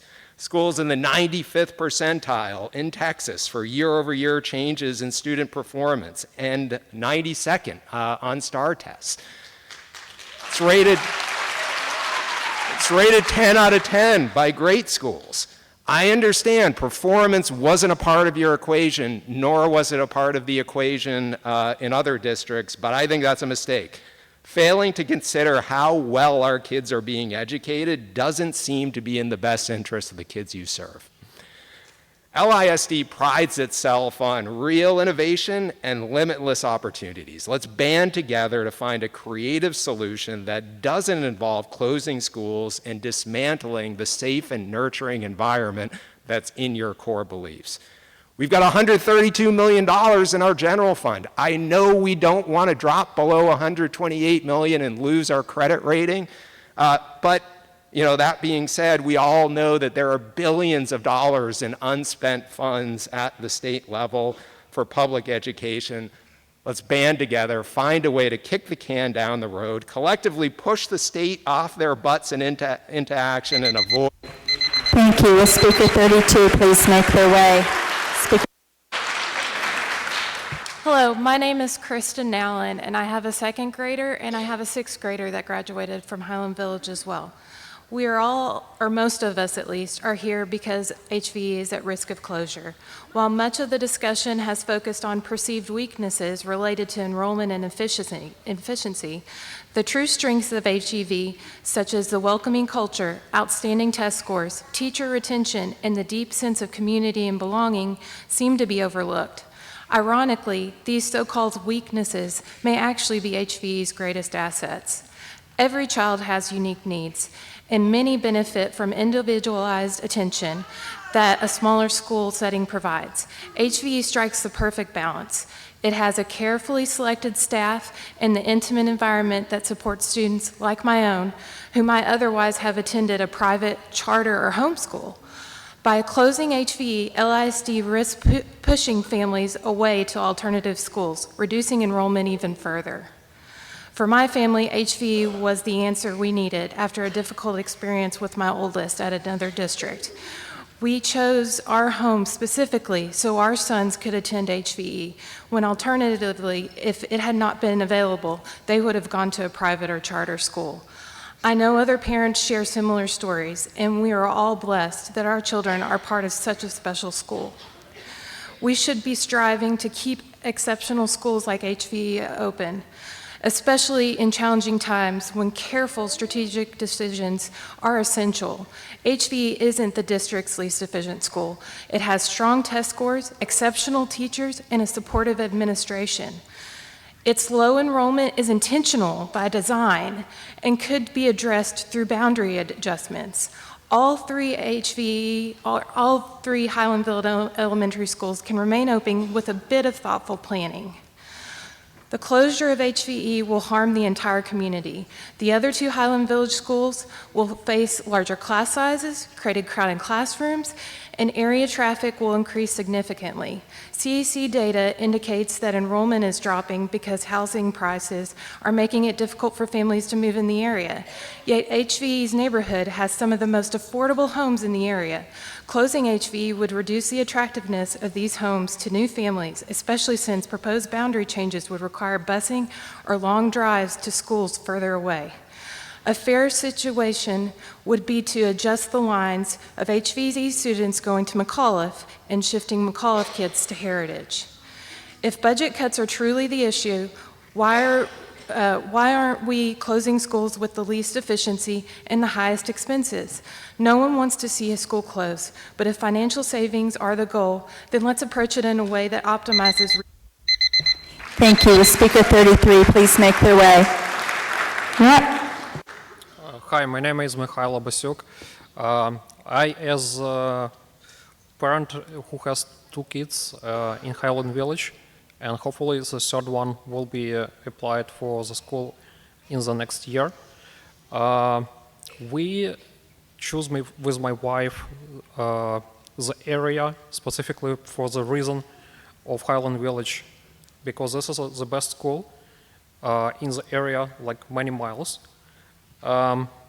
And it's very strange, this decision, like to close the school, like for me it looks like come out of nowhere, like suddenly. I agree, this is terrible decision, in my opinion, from financial perspective, when we looking not for the short term, but like middle term and long term, like it will drive out families out of area, young families. My suggestion would be to postpone this decision for 2 years. And yeah, basically, hopefully this decision is not made right now. We really does not provide the feedback on decision, but really trying for you to make the right decision.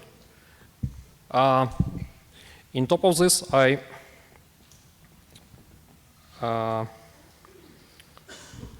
thank you. Thank you. Speaker 34, can you make your way?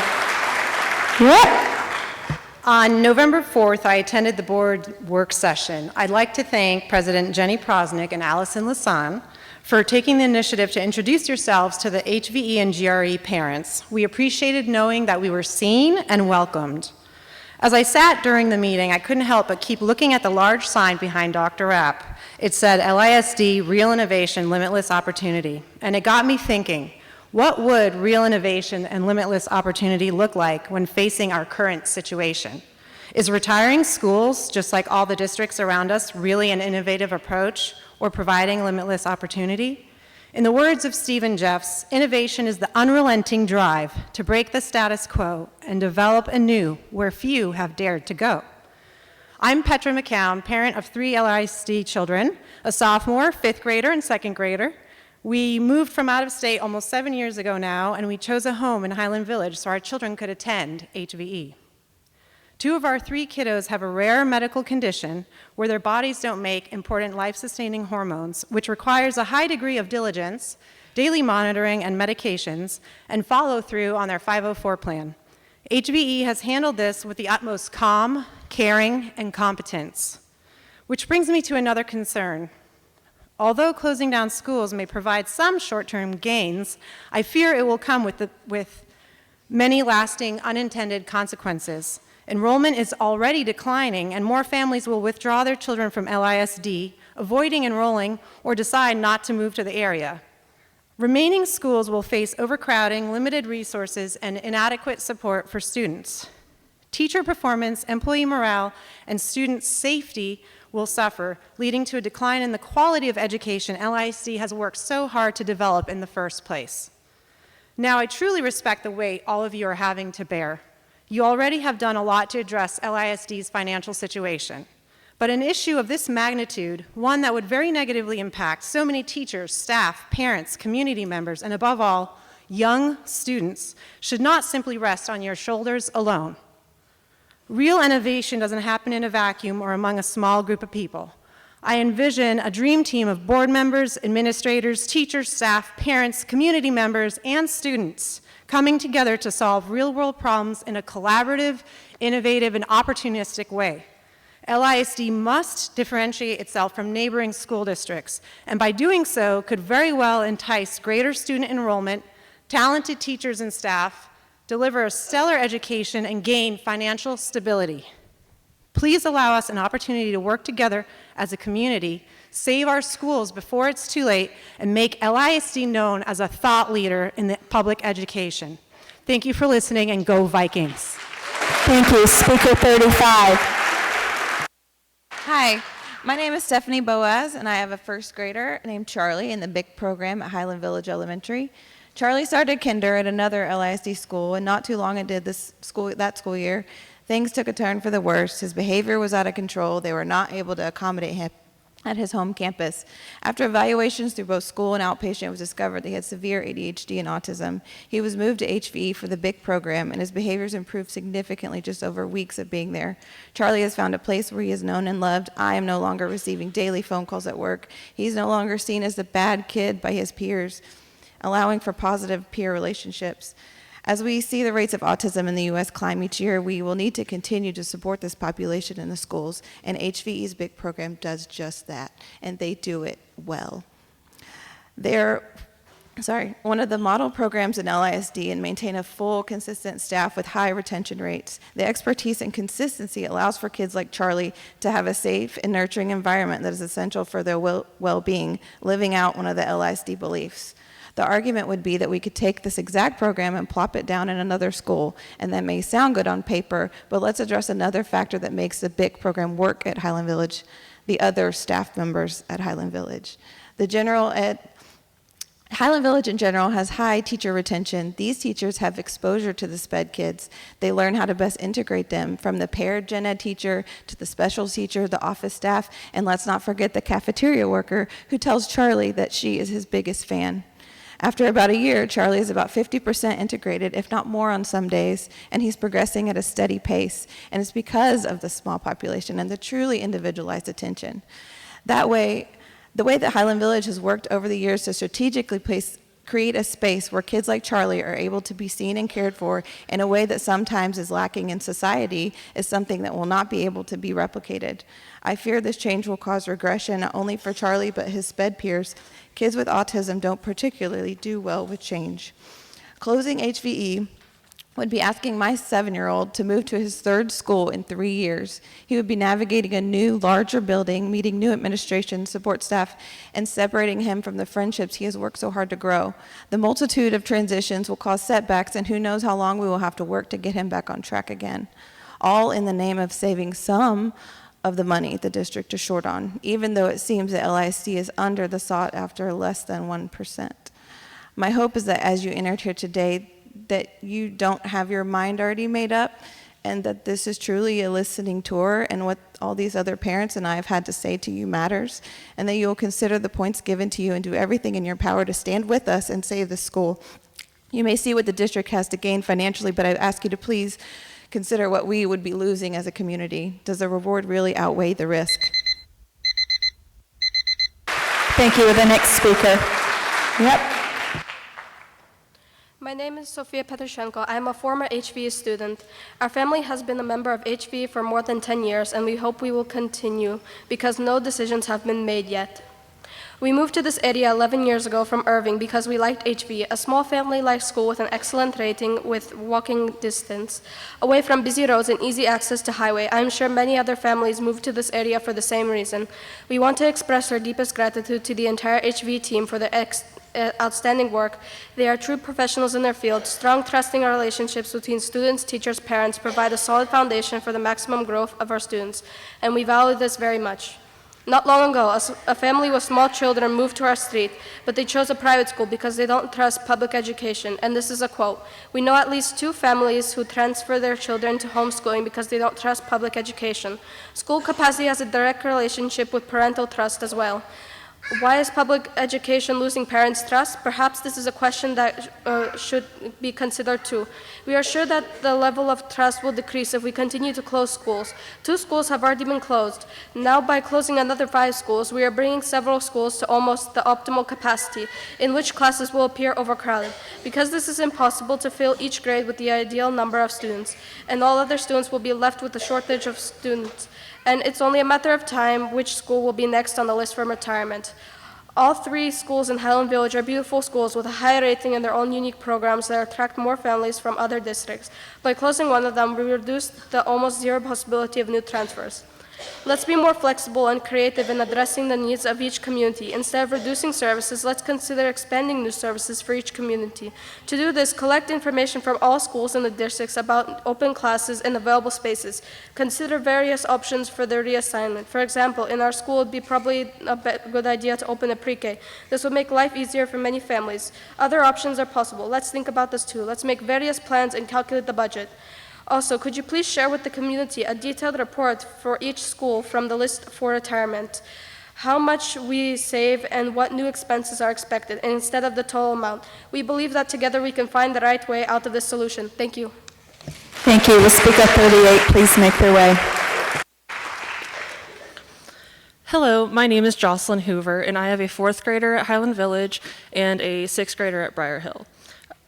I am a lifelong member of this community. My parents met here at Marcus. My mom and I went to Timber Creek, Lamar, and Marcus, and we've had some struggles with LISD since then. My kids actually went to 3 different elementary schools, never finishing a year, before we ended up pulling them out to homeschool them.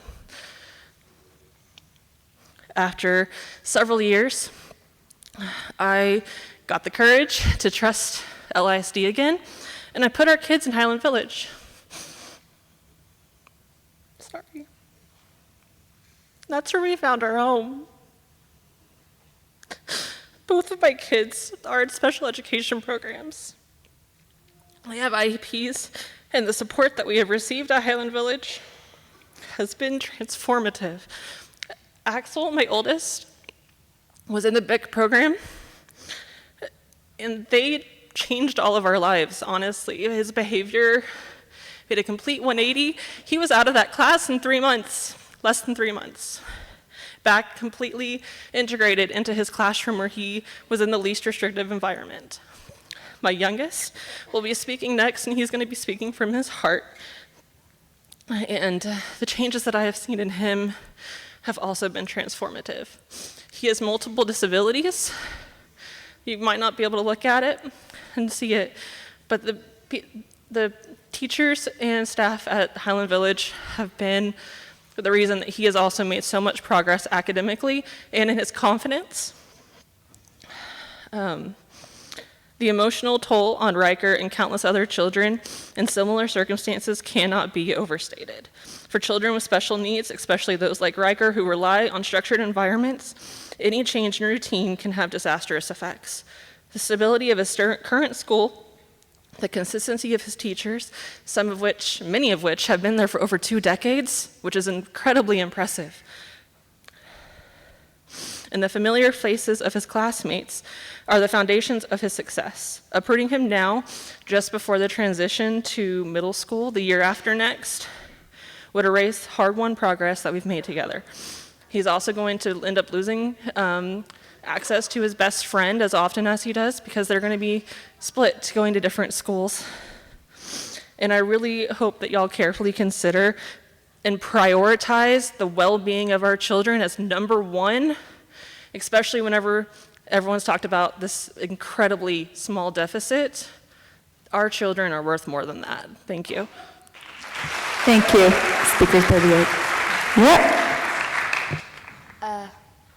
Hi, my name is Riker Woltman, and I am in 4th grade. I really enjoy this school, and I went to 3 other schools. Was that 3 other schools? I went to 3 other schools, and the 4th one, which is Highland Village Elementary, has been the best. I've been here since 3rd grade, and Miss Cazares, Miss Thatcher, Miss Regan, Miss Powell, Miss Goodrich, and Miss Bolton are all the greats. I had so much fun here at Highland Village Elementary. So please keep my school open. Thank you. Speaker 38. My name is Axel Woltman. I'm a 6th grader at Briar Hill Middle School, and I went to HVE when I was in 5th grade. I tried multiple different schools, but we haven't found our home until HVE. It has been a proud place for me to learn. I have ADHD, and I've been in BIC for less than 3 months, and after that, I learned so well. Please keep our school open. Thank you. Thank you. Speaker 40, make your way. Speaker 39. My name is John Pyle. Our son Griffin's in 1st grade at Highland Village Elementary. I can't express to you the blessing that HVE has been for our family. We knew pretty early on that school may not be the easiest for Griffin. He was struggling with letters and sounds as other kids were beginning to read. As he moved from daycare to pre-K and the demand on kids grew, it became apparent how much the struggles were weighing on him. Our happy boy did not want to get out of the car at drop-off line. At pickup line, we were picking up a sad, confused, and exhausted boy. I'll never forget the first time he got in the car at not even 5 years old and told me he hates school, he's different from the other kids, and it's just too hard. My wife has been teaching in Plano the previous 11 years, and we had a tough decision to make as kindergarten approached. Do we send him to a large school where she taught in Plano, or do we want to go to school closer to home? When looking at area schools, Highland Village Elementary stood out. Incredible parent satisfaction, great class sizes, an incredible special education program with a perfect 100 score and closing performance gaps. My wife put in an application, and lucky enough, after a few months, we became Vikings. It's impossible to fully grasp the impact that Highland Village has had on Griffith. His kindergarten teacher, Miss Hogan, who is a legend, 20-plus years teaching kindergarten at the same school, with the ability to make every kid in her class feel like the most special kid in the world. It took some time because school was still very hard for him, but he built a sense of pride, and she built a sense of pride and determination in him that we'd never seen. Another after-school quote I'll never forget, as he casually and confidently told me, "Miss Hogan taught me today that I can do hard things." At the end of last year, we began the SPED testing process to better understand what was making school so hard for him. What was most impressive about the process, besides the sheer amount of time they spent working with him and shadowing him, was the amount of improvement we saw from just the extra attention he was getting during the testing process. Griffin has a long list of eligibilities and is going to need a lot of support. But I left that ARD with a completely new sense of confidence in his path to success, knowing we made the right decision for our son.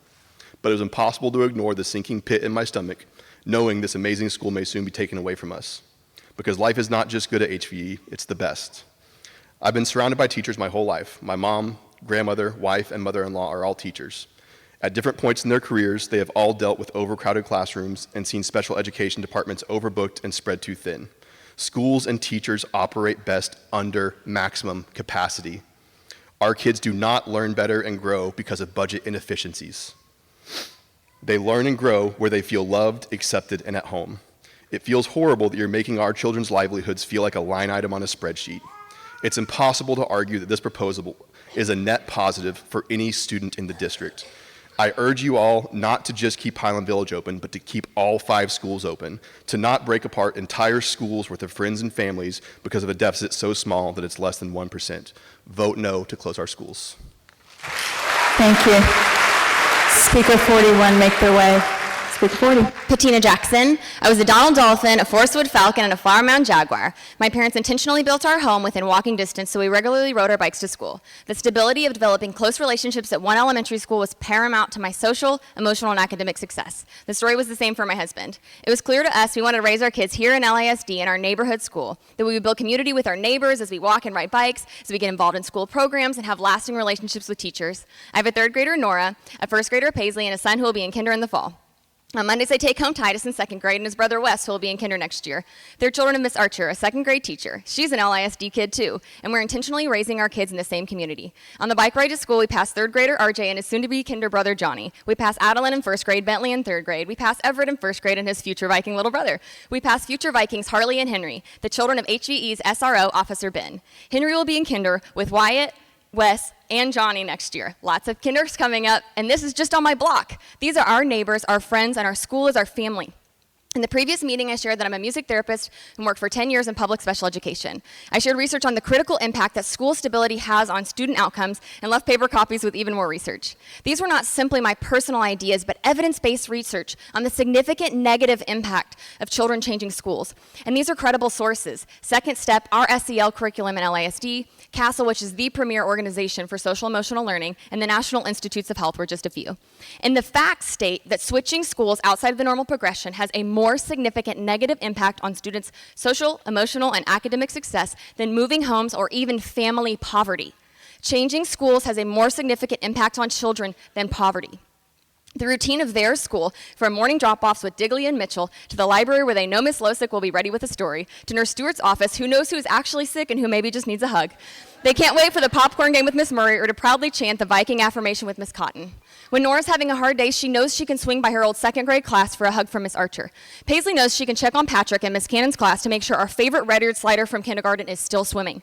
They know exactly where they're going. They know what to expect. They know who to expect. They find their stability at their neighborhood school and by staying at that school all the way through. And we here as parents are powerless to do anything for our children but beg.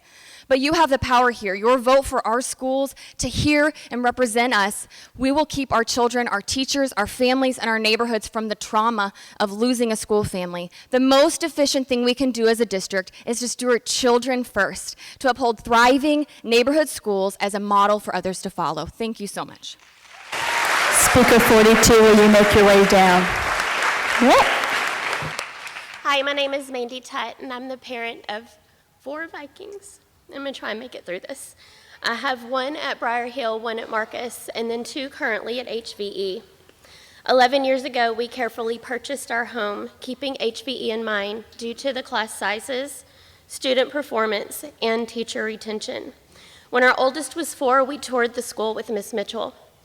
Around that same time, however, he was diagnosed with sensory processing disorder, so we made the difficult decision to go ahead and homeschool, and we did so kindergarten through 2nd grade. When our 4th child was born, we knew it was time to make that transition from homeschool to public education. So we contacted Miss Mitchell, and she remembered us by name from our visit those years before. She immediately made us feel welcome as part of the Viking family. Our oldest was placed in Miss Phillips' 3rd grade class. And as you know, SPD can make it really, really difficult to take on a transition. It's hard to make those transitions, but somehow she made it seamless for him, and he flourished under the leadership of each one of his teachers his following 3 years. Our second born was diagnosed with ADHD between 2nd and 3rd grade, and I was happily overwhelmed when his teacher team and his counselor, as well as the assistant principal, all gathered together with us to help us navigate this diagnosis. Plans were put in motion to help him be successful in his daily work, his tests, and relationships. They stayed on top of anything that needed to be addressed, and because of this, I believe his experience is one to be treasured. Currently, we have a 1st grader and a 3rd grader at HVE. It is their school, and they're thriving. They want to complete their time there through 5th grade, just like their older siblings. And of course, their older siblings look forward to the day when they can put on their cap and gown and walk those halls again as seniors. I understand that an outsider can look in and think that any school could bring this, but it's not true. Just as each one of us in this room is an individual, each campus is unique one to the next. There is a reason that HVE is in the top 10 highest performing elementary schools in LISD, and it's truly a gem in our community. As a family of 6, we definitely understand the importance of budget cuts and cutting back on your expenses. However, a hasty decision should not be made at the expense of our children's education, their growth, and their success. Thank you so much for listening. Thank you. The next speaker, make their way down. Yep. Good evening. My name is Rachel Halfin, and I have a 6th grader at Briar Hill who is an HVE grad from kinder through 5th, and I have an incoming kindergartner next year. Thank you for taking the time here today. I would like to address 2 important but often overlooked aspects of the impact that school closures have on our community. First, I want to speak about the effect these closures have on dual-income households. When schools close, parents are suddenly forced to juggle the demands of their jobs with the responsibilities of their children's education, an almost insurmountable challenge without substantial support. For many dual-income families, my own included, every paycheck is critical to meeting the basic needs of our households. Given the rising cost of living, I am certain the situation resonates with many in our community. Schools provide more than just an education. They offer a stable, nurturing environment where children are safe, allowing parents the peace of mind to work and contribute to their family's financial well-being. At Highland Village Elementary, a large portion of the student body, including my own son, participated in the extended school day program. When my family was deciding where to purchase our home nearly 7 years ago, our choice was heavily influenced by the strength of the local school district, LISD, and the close-knit nature of this community. A key factor in that decision was the availability of after-school care at HVE. When we first applied for ESD services, there was no wait list, and I was deeply grateful. However, as of today, every elementary school serving Highland Village has a wait list. This brings me to my question for the board. How are families like mine supposed to navigate an increasingly competitive after-school care system, especially when the remaining schools will be tasked with accommodating even more children?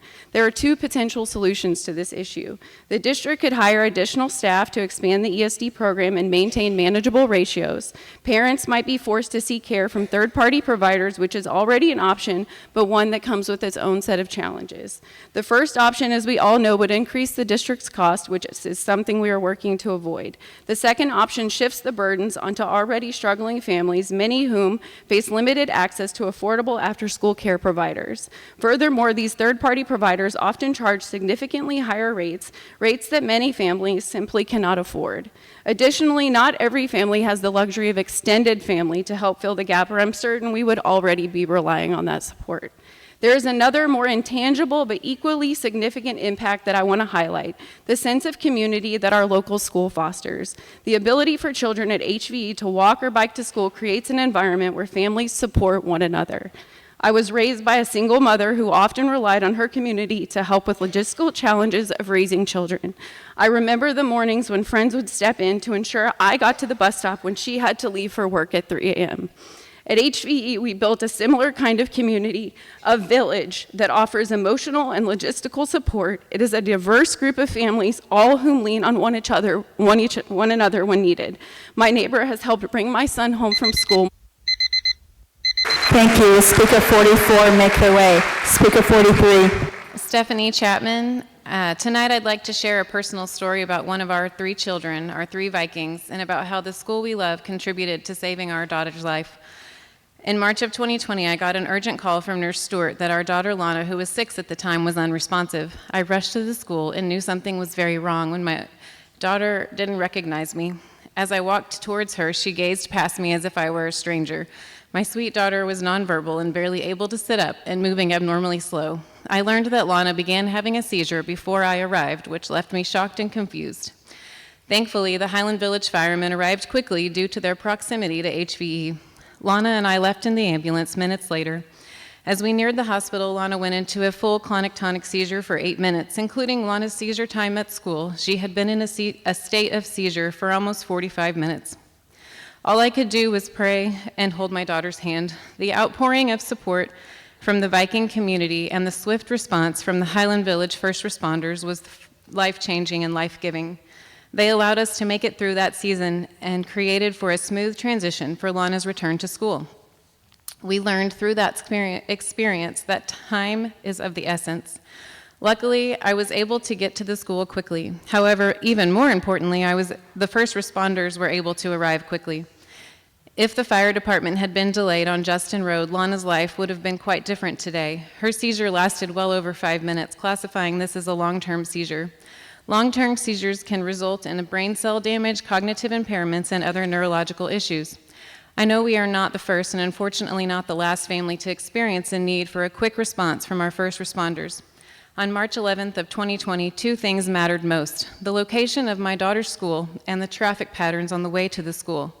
If the number of students in one area drastically is increased, we may be setting ourselves up for a dangerous situation. Please keep our school open so that no child or resident has to wait on first responders to arrive due to the congestion that will be created after LISD places 3,000 plus students in a 0.2-mile radius area. The number 3,000 does not include teachers, administrators, volunteers, parents, residential and commercial traffic. Residents recently voted against increasing the traffic in this very same space, saying no to high-density apartments. Though the city is against a high-density population, the district seems to be forcing it upon us by changing our city's infrastructure in a negative way. Imagine an emergency situation during a student drop-off or dismissal. The traffic patterns on 407 are of utmost importance, not only to our family, but also to the families in our school district, our community, and most importantly, our children. The schools exist to create leaders for tomorrow. Closing Highland Village Elementary will negatively affect our children, our future, their potential needs, and our community. Please save Highland Village Elementary. Thank you. Thank you. The speaker 45 make their way down. Yep. My name is Olga Reed. I am the mom of a 6th grader at Briar Hill and a 4th grader at HVE. Thank you for allowing us the time to speak to you today. You have had a front row seat to our disbelief, sadness, and anger over the last month. We are entitled to each of those emotions. We are also entitled to question elected officials as tax-paying citizens. Everything we have done, from speaking with the media to flyers and signs, petitions and shirts, has been to mobilize our community so that you can see that this is not a light you should extinguish or a place that can be replicated. It is to get you to see that we are worth it. I've spent most of my waking hours on this endeavor. As my favorite fictional civil servant Leslie Knope once said, "There is nothing we can't do if we work hard, never sleep, and shirk all other responsibilities in our lives." We have spent the hours poring over data and numbers on the LISD website. We have spent the time comforting our kids. I live a third of a mile from HVE. If you vote to close HVE and I choose to keep my son in LISD for his 5th grade year, we will have to drive to a school that is 3 miles from our house. On our drive, we will pass a school that is 1.9 miles from our house, and we will also pass the shell of the school we actually belong to. If you choose to close HVE, my son and the rest of the kids in his grade will have a traumatic end to their elementary years. We are urging you to slow down for so many reasons, but have you considered that these 4th graders were the kids who started kinder on iPads with masks, crying outside of the school building because parents were not allowed in? They social distanced and did what we asked of them. And for their last year, they will be separated from the staff and friends that define their childhood, not to mention the school traditions and culture they were accustomed to. How will you ensure that this is honored wherever they end up? If the children are really a top priority, how can you reconcile all that you have heard from us over the last month and decide that it is worth $500,000 in savings? As I thought about what I wanted to say tonight, I went back and forth between hammering down on the numbers and all the pieces of data that don't add up, because make no mistake, they don't. Instead, I want to take this time to honor the staff of HVE publicly. Engagement of teachers and students is a direct product of leadership, and no school has better leadership than HVE. Mrs. Mitchell and Ms. Stiglia have modeled to our children resilience, integrity, and that it's okay to cry sometimes. Every single staff member in that building has gone to great efforts to continue to foster learning and safety for our children. Even though they are hurting, they have carried themselves with grace and control, and they deserve better than this. Therefore, this community rallies as you have witnessed firsthand. Please do not alienate us. I commit to you that we will continue to rally for you. We can put this much effort into ensuring that we have the funding to keep rare jewels of schools such as HVE open. LISD can be a beacon and an example to other school districts. You must give up the lie that efficiency is above all else. People are above all else. After all, people make up all 4 of your cornerstones. Thank you. Thank you. Speaker 46.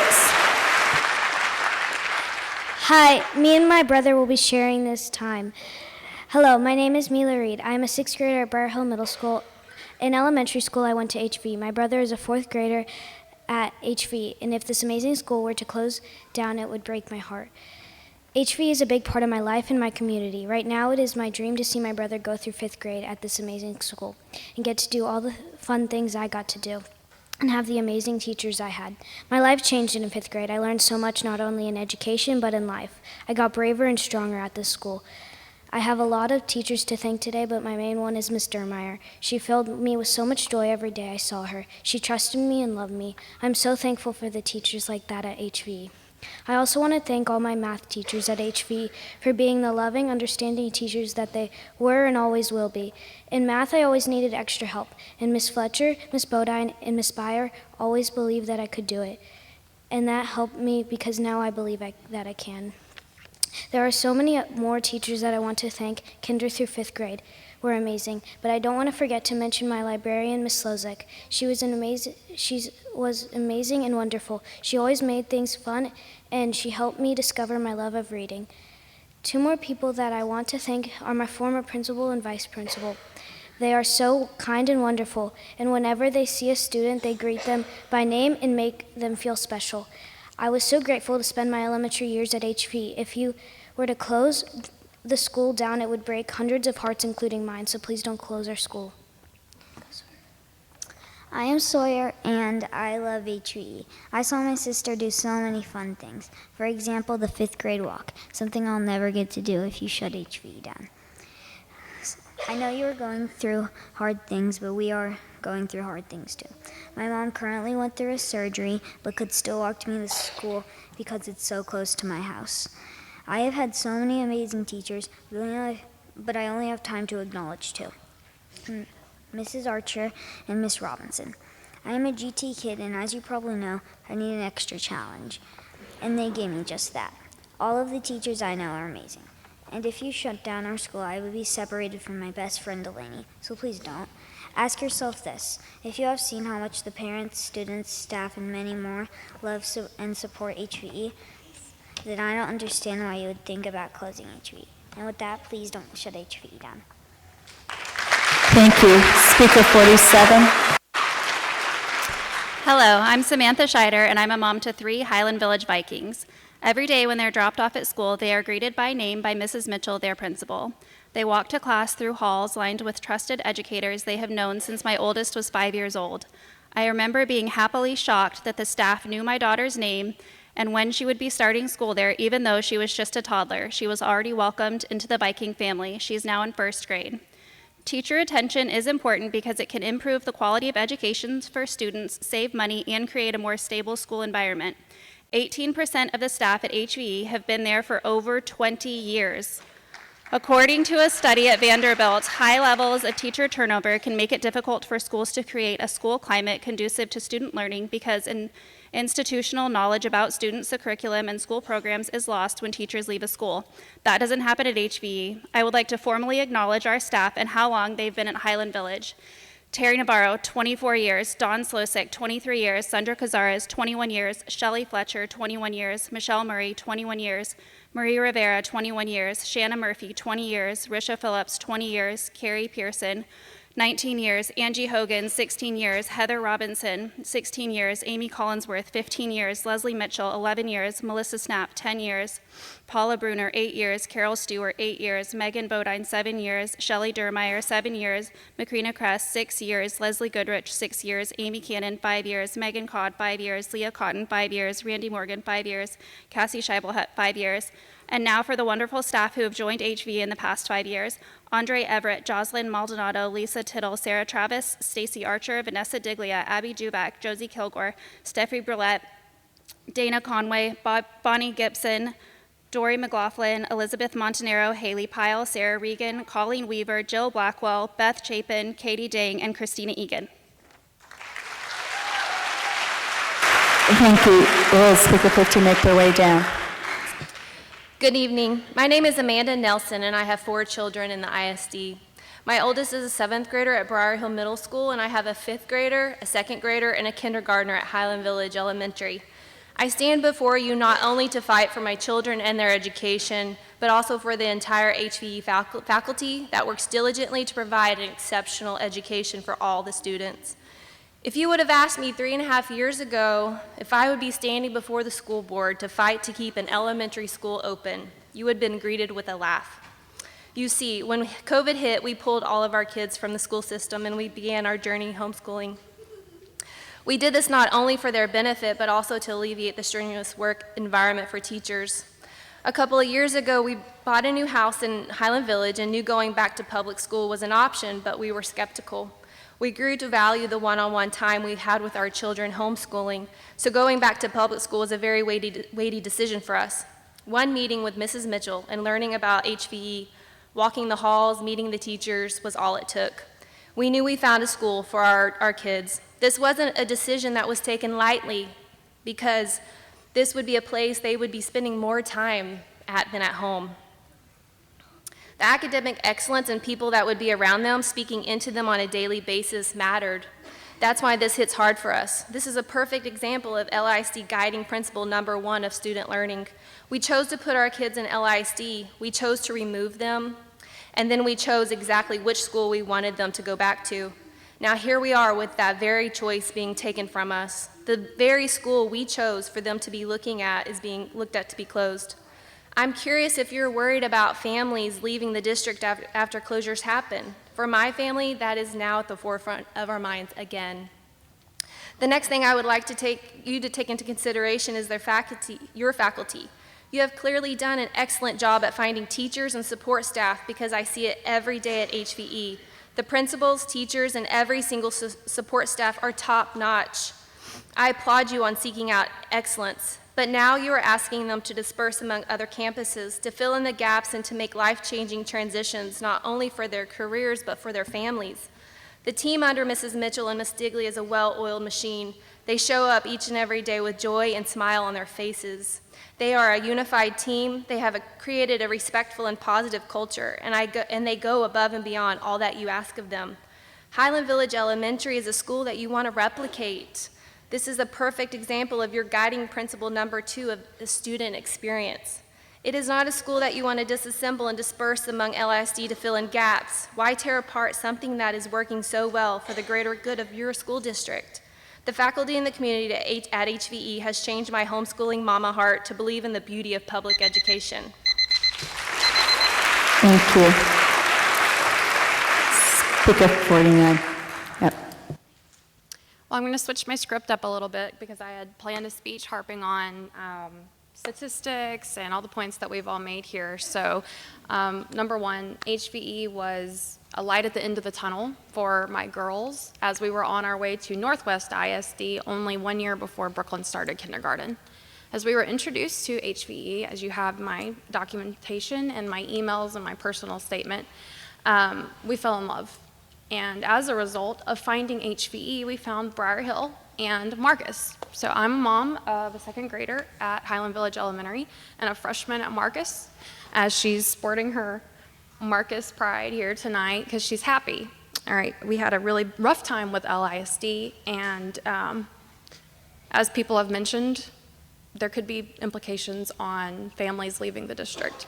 That would hurt your enrollment further. Given that you are under your 1% goal in 2 years, I urge you to please delay this decision with legislature coming up, as well as possibly listen to the community here tonight on the reassessments of other options, which you have 3 of my top best ones on your tables right now. I would like to spend the rest of my time talking about the implications of change in a child's life when it comes to school. This is not something that many people know about me, but as an A honor roll student for the majority of my elementary career, I switched schools in my 5th grade year, and I nearly failed. In 6th grade, I had to spend half of that year tutoring. That was totally 100% a cause of traumatic stress from switching schools. Now, I switched to a great school, was a wonderful community, one of the best ones where I'm from in Easley, South Carolina. However, I was just another kid to them. So while we have wonderful schools in Highland Village Elementary, imagine our school report card and ratings, just all of those kids who have wonderful grades right now and the stress that it's going to cause on them and how awful it's going to affect them regardless of who else they may know at McAuliffe or Heritage and the teachers. They're going to not be with their same teachers, friends, family. Their entire lives will change. So you have my statistics, my data, counter proposals. That is my implication on change speech from a personal experience. Thank you. Thank you. Yep. The next speaker make their way.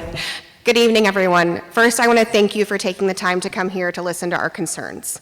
My name is Molly Gwynn, and I am the parent of 3 current Highland Village Vikings. The business of a public ISD, of a public school, is education.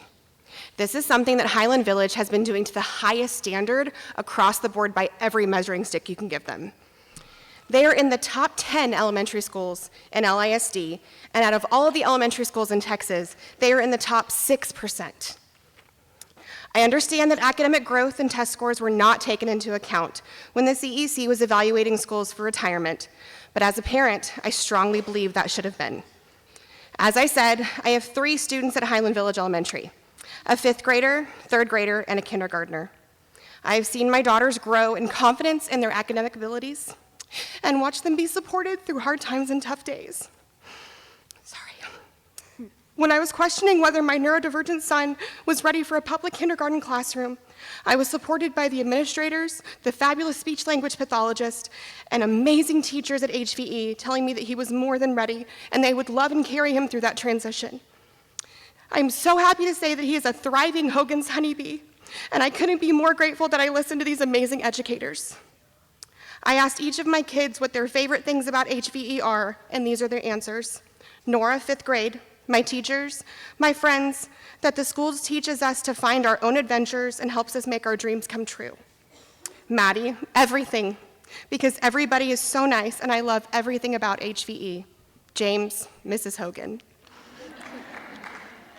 Fiscal literacy is not my strong suit, so I can't speak on the budget issues the district is currently facing.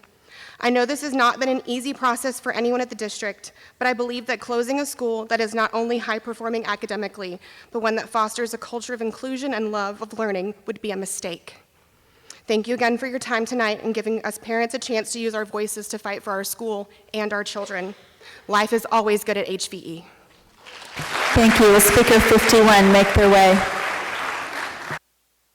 Good evening. My name is Jordan Zongle. My son Landon is a kindergartner at HVE, and he gets up every morning excited to go to Miss Cannon's class, which is not something that I thought would happen when the school year first began for him. I was going to dig a little bit into the financial metrics and the efficiencies, but I think those points have been articulated pretty well here tonight, so I won't do that. But I do want to further reinforce how I believe it would be short-sighted and irresponsible to make decisions on closing campuses before the upcoming legislative session in January. And I think it would also be in direct conflict with these listening sessions and taking everyone's thoughts and opinions into account to do it before that. Principal Mitchell, the staff, the students, and the community at Highland Village are absolutely second to none. We've fallen in love with them. We're a transfer, and getting into this school has been such a blessing for our family and our son. There are so many things that are difficult and sort of wrong with a public education in Texas, but Highland Village Elementary is something that is right with education in Texas, and that should be an example that we follow and try to emulate instead of closing it and saying that there's a different way to do it because it saves a few bucks. So thank you to the board for listening to us, and thank you to everybody here tonight for fighting for our school. And that's it. Thank you. Thank you. Will Speaker 52 make their way down? Miss. Good evening. My name is Carly Beagle. I have 2 kids attending HVE and one who attended kinder through 5th. They are 3rd-generation Vikings. Prior students are moving here just so their children can attend this amazing school. The culture and teachers are phenomenal. Breaking up the staff will cost the district several remarkably talented teachers. This is not only unfair to our students, but to the teachers who have worked endlessly and who have been loyal to your district. You say that they will have a job with an LISD. What exactly does that mean to you? Will they get to choose the school, grade, and subject that they will teach? Will they move where other teachers for more preferable schools or positions to make room for our HVE teachers? Or will they get the short end of the stick and get placed wherever there is space for them? I fear that it is the latter. With a significant shortage in teachers, retention and job satisfaction must be considered. Several schools rated less effective than Highland Village Elementary, so I am still puzzled how we are here. It is disappointing when the CEC data doesn't match the proposals. We are well below the 1% deficit goal ahead of schedule. Why are we making permanent decisions now? Why not wait until after school vouchers and increasing school funding has been discussed? This doesn't just appear rushed, it is. Enrollment is down partially due to housing prices in this area. How does it make sense to close the schools closest to the most affordable housing? This is counterproductive for young families with children who cannot afford a $3,000 mortgage payment in Highland Village and value living close to the elementary schools. Retiring Highland Village would impact the city heavily, as it is much smaller than the other cities LISD serves. This is on top of the devastating impact it would have on home values, specifically for those who paid well over asking price to live close to this school. The neighborhood Highland Village serves is full of starter homes. Currently, they may be occupied by an older population, but this will obviously change with time. Enrollment issues may see an even bigger increase within this school district if vouchers are passed, as many may choose to pull their students from LISD, feeling that their voices weren't heard in this process and they were robbed of their school choice. We chose a small neighborhood school that fits our values, one that has smaller class sizes, one where the principal knows every student's name and family, one that is within walking distance and a safe community, one that is family, not just a school, one that loves our children. If we wanted our children packed into a crowded campus, we would have picked one and enrolled in one. I am not okay being forced into a larger school that doesn't fit our values. This is personal. I urge you to reconsider your 4 guiding principles. Retiring schools partially meets resource stewardship while disregarding the other 3.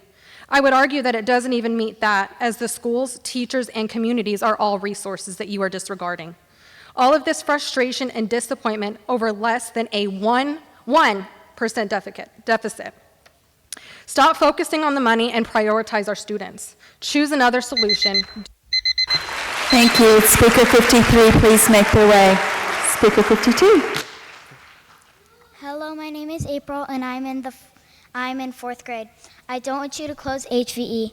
I love the teachers. They are so kind, and I'm comfortable with them. They make me feel safe, and I will miss them so much if you close my school. Also, I don't want you to leave my friends. They are so nice and make me feel included at my school.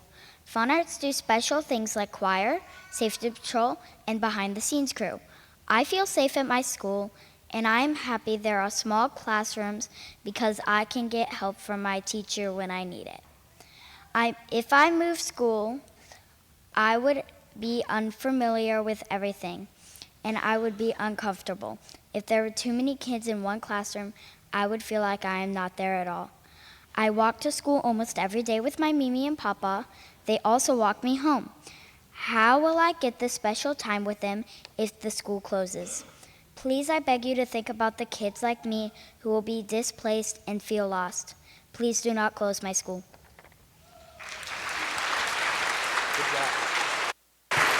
Speaker 53.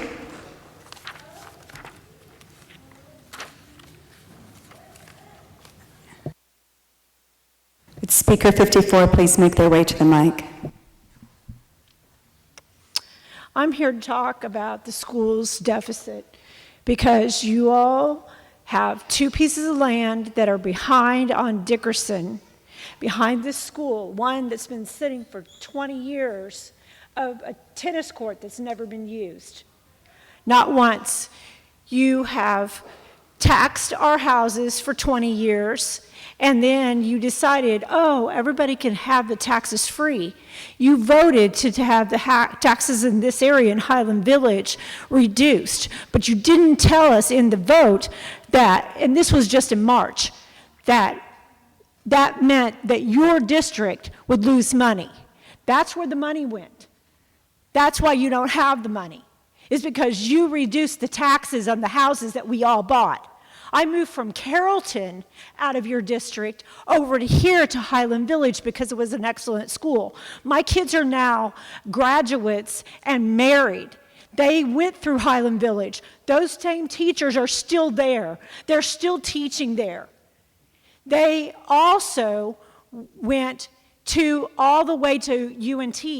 You graduate your students from LISD at UNT. That land was bought to build a new stadium for them to graduate. You never built it. It took you 4 years to build the high school, this high school's Marcus football field. My kids never got to see it. They were supposed to have been in it. You took 4 years to build this black box back there. My kids never got to be in it. They were supposed to be in it. You waste the money. You wasted that field. You wasted that tennis court. You changed everything, and you wonder why there's no money. But you also don't just affect these people in this area. My kids went there. We paid for it. I moved here. You also affect all of the shops of Highland Village when you start changing schools and closing schools in this area, which means it will also affect all the workers that work in Highland Village shops of Highland Village. You turned around and didn't want all those the apartments there, but yet you want to shove all of our kids in a school that you don't even have a second route out of that school for emergencies, for anything, and that is Heritage. And it will block up everything. That is why the apartments weren't built there either, because people didn't want that. That's why the apartments weren't built in the shops of Highland Village where the theater is, because we didn't want all that extra traffic even up there. You need to really think about where you're putting your money at. You have the money. You have the money to keep all 5 schools open. Sell that land. So, thank you. Would Speaker 55 please make their way? Hi, good evening. My name is Vanessa Gagne, and I'm here today on behalf of my family and all those who, like us, are deeply concerned about the potential closure of HVE. It is my job to testify on behalf of my clients to governmental bodies. I never thought it would bring me to my own home community defending my children's school. My daughters, Celeste in 2nd grade and Lydia in 4th, attend HVE, and we've seen firsthand the transformative power of this exceptional school. We originally enrolled our daughters in private school, but sought a more well-rounded education and community. After touring HVE, we knew we'd found something special, a true hidden gem. Since transferring, we've witnessed remarkable growth in our girls. They've become more confident, better at taking direction from different authority figures, and more emotionally intelligent. The unparalleled love and support from the staff have been instrumental in this development. Highland Village Elementary is more than just a school. It's the heart of our community. Many of us attend the same churches, sports teams, and clubs, fostering a unique sense of connection and shared investment. Closing the school would not only deprive our children of an excellent education, but also fracture the fabric of our community. If the building were to be vacated, I urge the board to explore alternatives that would prevent it from becoming a target for crime or vandalism. Could it be repurposed, leased, or even sold? I implore the board to keep Highland Village Elementary open, explore reallocation of funds, partnerships, or other creative solutions. Our children, our community, and the very spirit of public education depend on it. In closing, I leave you with the words of our founding father, John Adams. The whole people must take upon themselves the education of the whole people and must be willing to bear the expenses of it. There should not be a district of 1 mile square without a school in it, not founded by a charitable individual, but maintained at the expense of the people themselves. They must be taught to reverence themselves instead of adoring their servants, their generals, admirals, bishops, and statesmen. Thank you. Thank you. Will Speaker 56 make their way? Good evening. My name is Casey Foreman. I have 2 children at Highland Village Elementary School. I, too, am an LISD lifer. I went to Lakeland and DeLay and Lewisville, and we came back to put our kids back in the LISD. I can think of so many reasons not to close the school. Those have been put before you tonight. The negative impact on the greater community, the loss of the unique school community, the impacts on the students. For me specifically, the separation of my son from his developing friendships. He's in 2nd grade. Those came for him after a long 15-month period where he sat at home bored during the pandemic, watching YouTube and waiting for us to be able to pay attention to him. The negative impacts on the social programs and those who need them, the special education and the big programs, the overcrowding in the remaining schools, the decreased trust in the LISD, which people have outlined tonight, the impacts that may have, the reduced property values, the disparate impacts on the affordable neighborhoods and the feeder patterns, the loss of the consistently academically high-performing school, the unclear advantage of doing so, as has been mentioned tonight. If you save $2.5 million by closing the 5 schools, it's not clear where that other $2 million is coming from, and frankly, I would hate to think that our schools were closed in vain. I would also like to just mention the access to ESD. We are also a family that depends on that, and if we're rezoned, we're going to need it even more. So we want to make sure that that program is able to expand to the extending schools, to those schools, that there's space for them, and that we have the opportunity to participate there. I don't see the need to close any of these schools, including HVE, and I don't see the reason to do it on the rushed timeline. The data shows a district-wide loss of closer to 15%, not 30. The 30 appears to be derived from the optimal capacity, which the district has never operated at. The projected loss between 2024 and 2020, and 24-25 and 32-33, for the entire Marcus feeder pattern is 110 students, a decline of 1.3%. Neighboring school districts have closed schools and done so in the face of far greater budget deficits and far greater percentage of their budget. This isn't even 1% of the district's yearly budget. There are alternatives to shuttering the school that people have already mentioned, And HVE is the second lowest operating cost in the entire LISD, and there are neighborhoods close to it that could easily be rezoned and therefore bring the operating cost per student down. I would just urge the board to consider all four cornerstones and the larger impacts of its decisions as it undertakes its considerations. Thank you. Thank you. The speaker 57, please make their way. Good evening. My name is Matt Enslin. That was my wife, and I can't argue with her. The only thing I'll repeat here from what I've said in the past is that the values used to assess schools simply don't align with those of your electorates or the district's own. The litmus test for this is how this discussion's going, or perhaps that you aren't comfortable having a two-way conversation in a public venue like this. That's what we all hoped this would be originally. I told you all I work in architecture and community planning. My passion for that is homegrown right down the street at LHS. My wife and I returned here seeking academics and community we already knew. It's very discomforting to all of us that academic performance is not a part of this discussion. But to my own passion, I can't stress enough how important the community center is, especially when neighborhood streets, 7 in HVE's case, have a direct connection to the school. Every home on these streets has a direct walking or biking path to HVE, and the networks of streets in Old Highland Village are planned around the school such that half the city can walk to it. You will not find that level of connection in most of our 40 elementary schools. I know because I've looked at all 40, and I'll send you a graphic on that. This is how cities were planned before zoning allowed developers to place homes on an eighth an acre instead of a quarter, and new subdivisions were planned that relegated schools' exterior with limited connections, driving assumed for most. Yes, our kids can wait for a bus, or my wife and I can drive 10 minutes opposite our commutes, then 10 minutes back. That's sure not stewardship of your community's time and talent. It's also a dent in our quality of life. It's also throwing away a school that is what a school should be to its community. Why not move more students into excellence, even if it means pathing some kids to another high school? The high schools aren't full. Why abandon excellence? Let's give opportunity. And the building itself, a substantial renovation occurred around 10 years ago that negated the 43-year age label, making the major building systems and finishes younger than most schools in the district. I don't know who knows this school was re-bricked. We don't do that in my profession. It costs too much money. There may be no other re-bricked buildings in Denton County and only a few in the state. The taxpayers, your electorate have paid for this. We don't want to see our investment go to waste, especially at the peril of our kids and community. The site of HVE would be a constant reminder. Also, 2 schools don't have the capacity for our students. The changing optimal capacity is suspicious, and my professional building planning experience is sounding sirens. Optimal capacity is based on efficiency here, and efficiency won't be comfortable.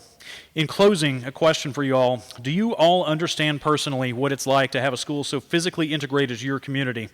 I'm sorry if you haven't lived HVE or a similar experience, but please don't take it away from us. Old Highland Village still deserves the heart of our community. Thank you.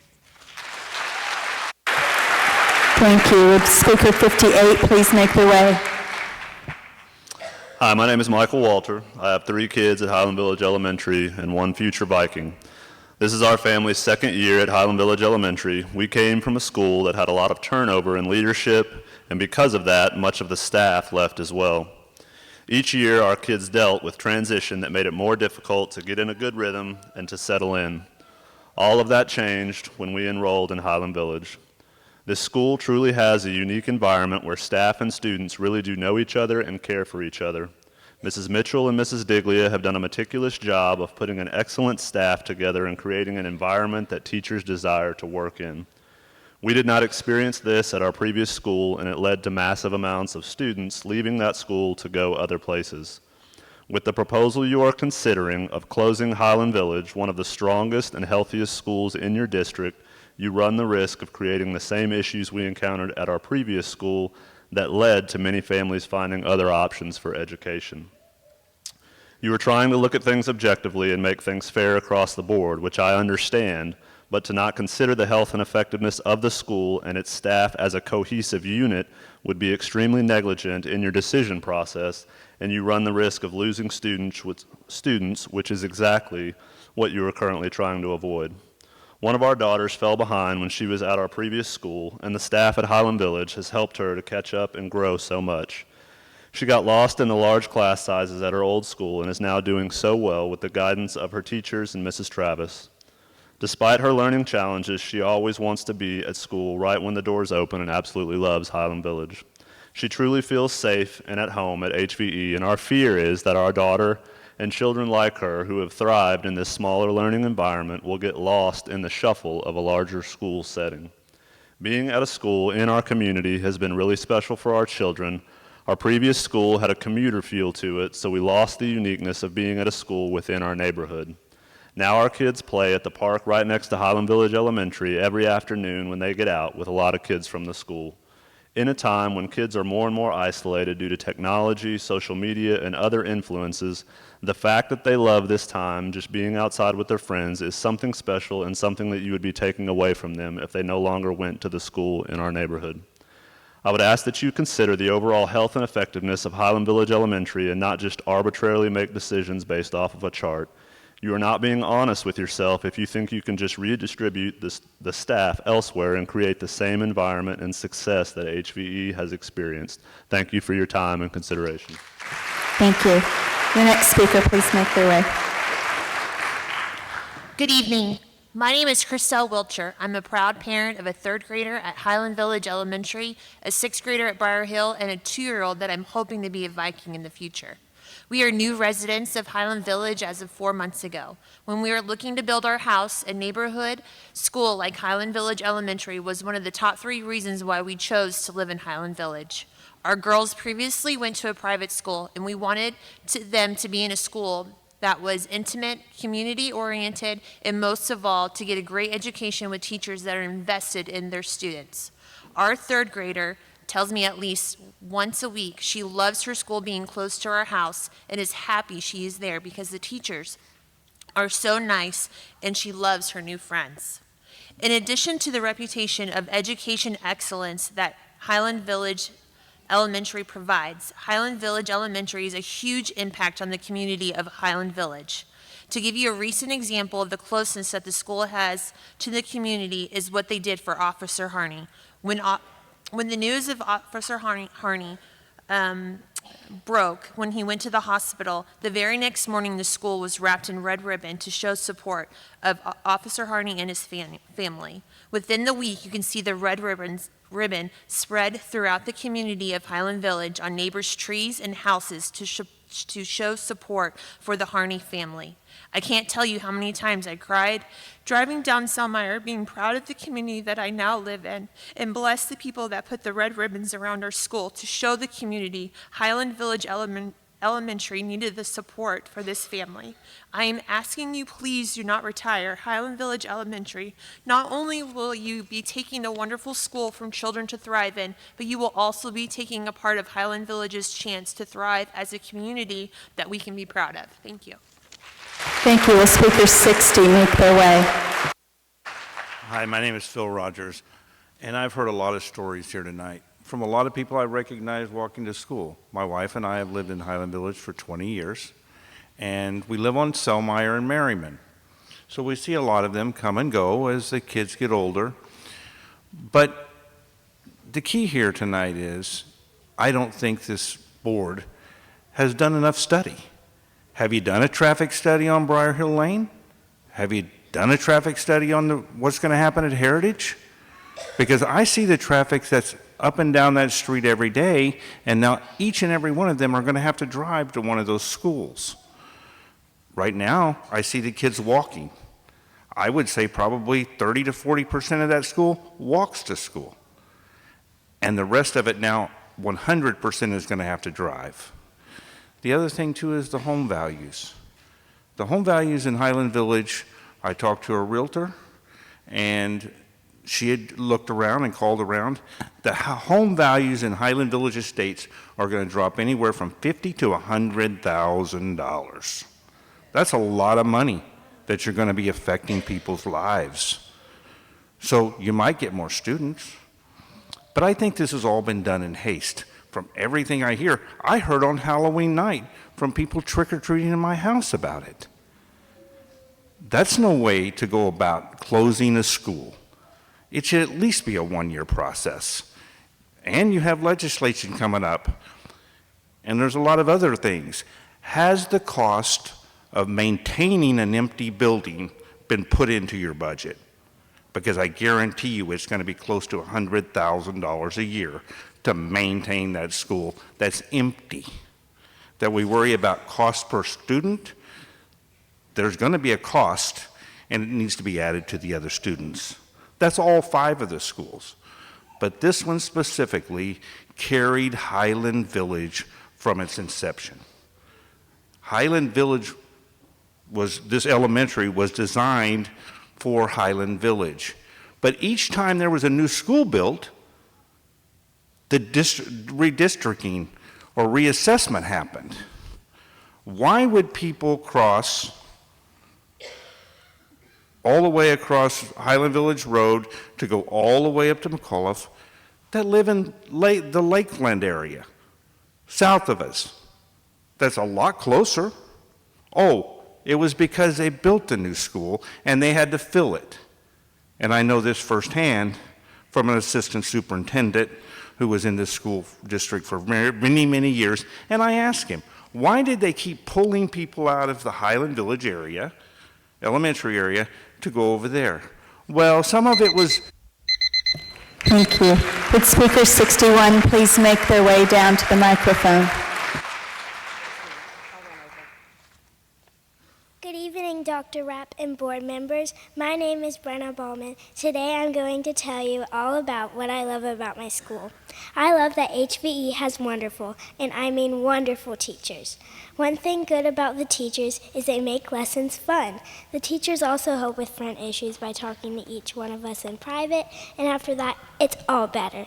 Miss Diglia and Miss Mitchell greet me and my sister in the morning with a hug and a smile. They also are good at making kids who are in a mood happy. My counselor is also great because if I ever have problems, I always feel comfortable telling her. My favorite thing about HVE is probably how safe I feel, because I would not enjoy school if I didn't feel safe. That's also why I don't want to go to another school. One of my best memories at HVE is probably when in 3rd grade, I got to hang out with my friends and watch a movie while eating a bowl of ice cream because we passed our scoops test. My main purpose is that I've been at this school since kindergarten. Now I'm in 4th grade, and my sister is in kindergarten, and I would hate to find out my school is closing. Plus, I don't think I'll fit in as well in another school. Thank you for listening to my speech, and have a good evening. Thank you.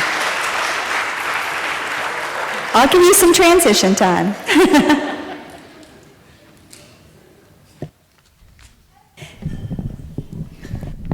Sorry. Speaker 61. Thank you. Good evening, Dr. Rapp and board members. My name is Julie Ballman, and my husband and I are the proud parents of Brenna, who just spoke, and Dylan, who are both students at Highland Village Elementary. I was planning to discuss the rush timeline for these decisions you are making, but after some thought, I decided to begin my 3 minutes with a thank you. Thank you for providing my children with yet another learning experience.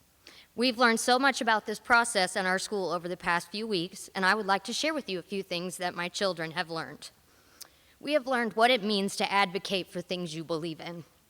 We believe in the quality of education and the culture and learning environment at HVE.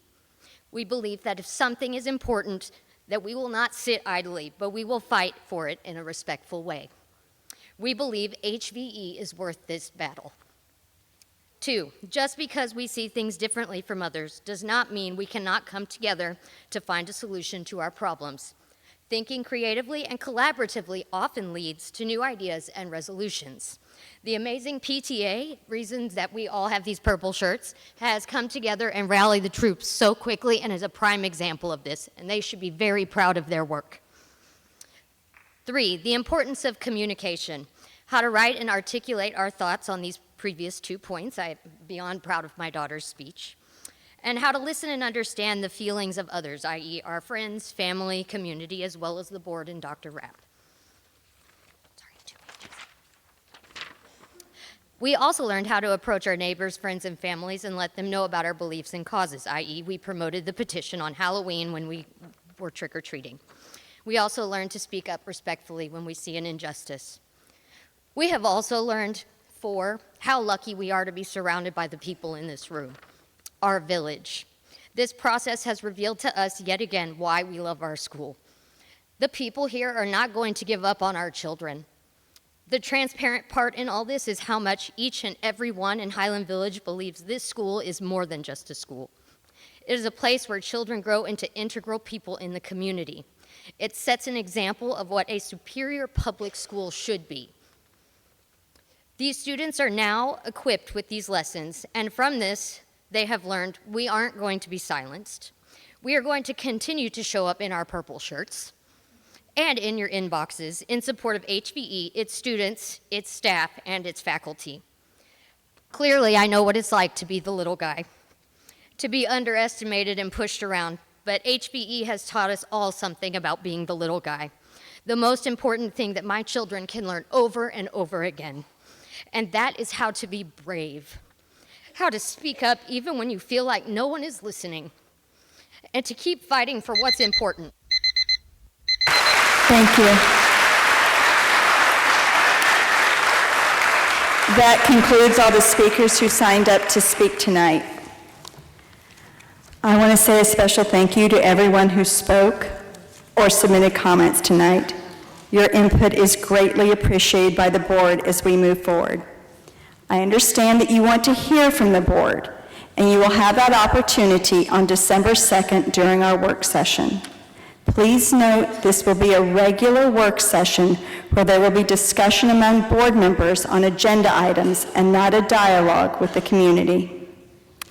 Thank you so much for being respectful throughout this process. Nobody wants to close schools, and we understand that everybody loves their school. We aim as a board to make decisions with the best interest of the whole district in mind. And with that, if there is no further business, this meeting is adjourned at 8:50 p.m. Have a pleasant evening.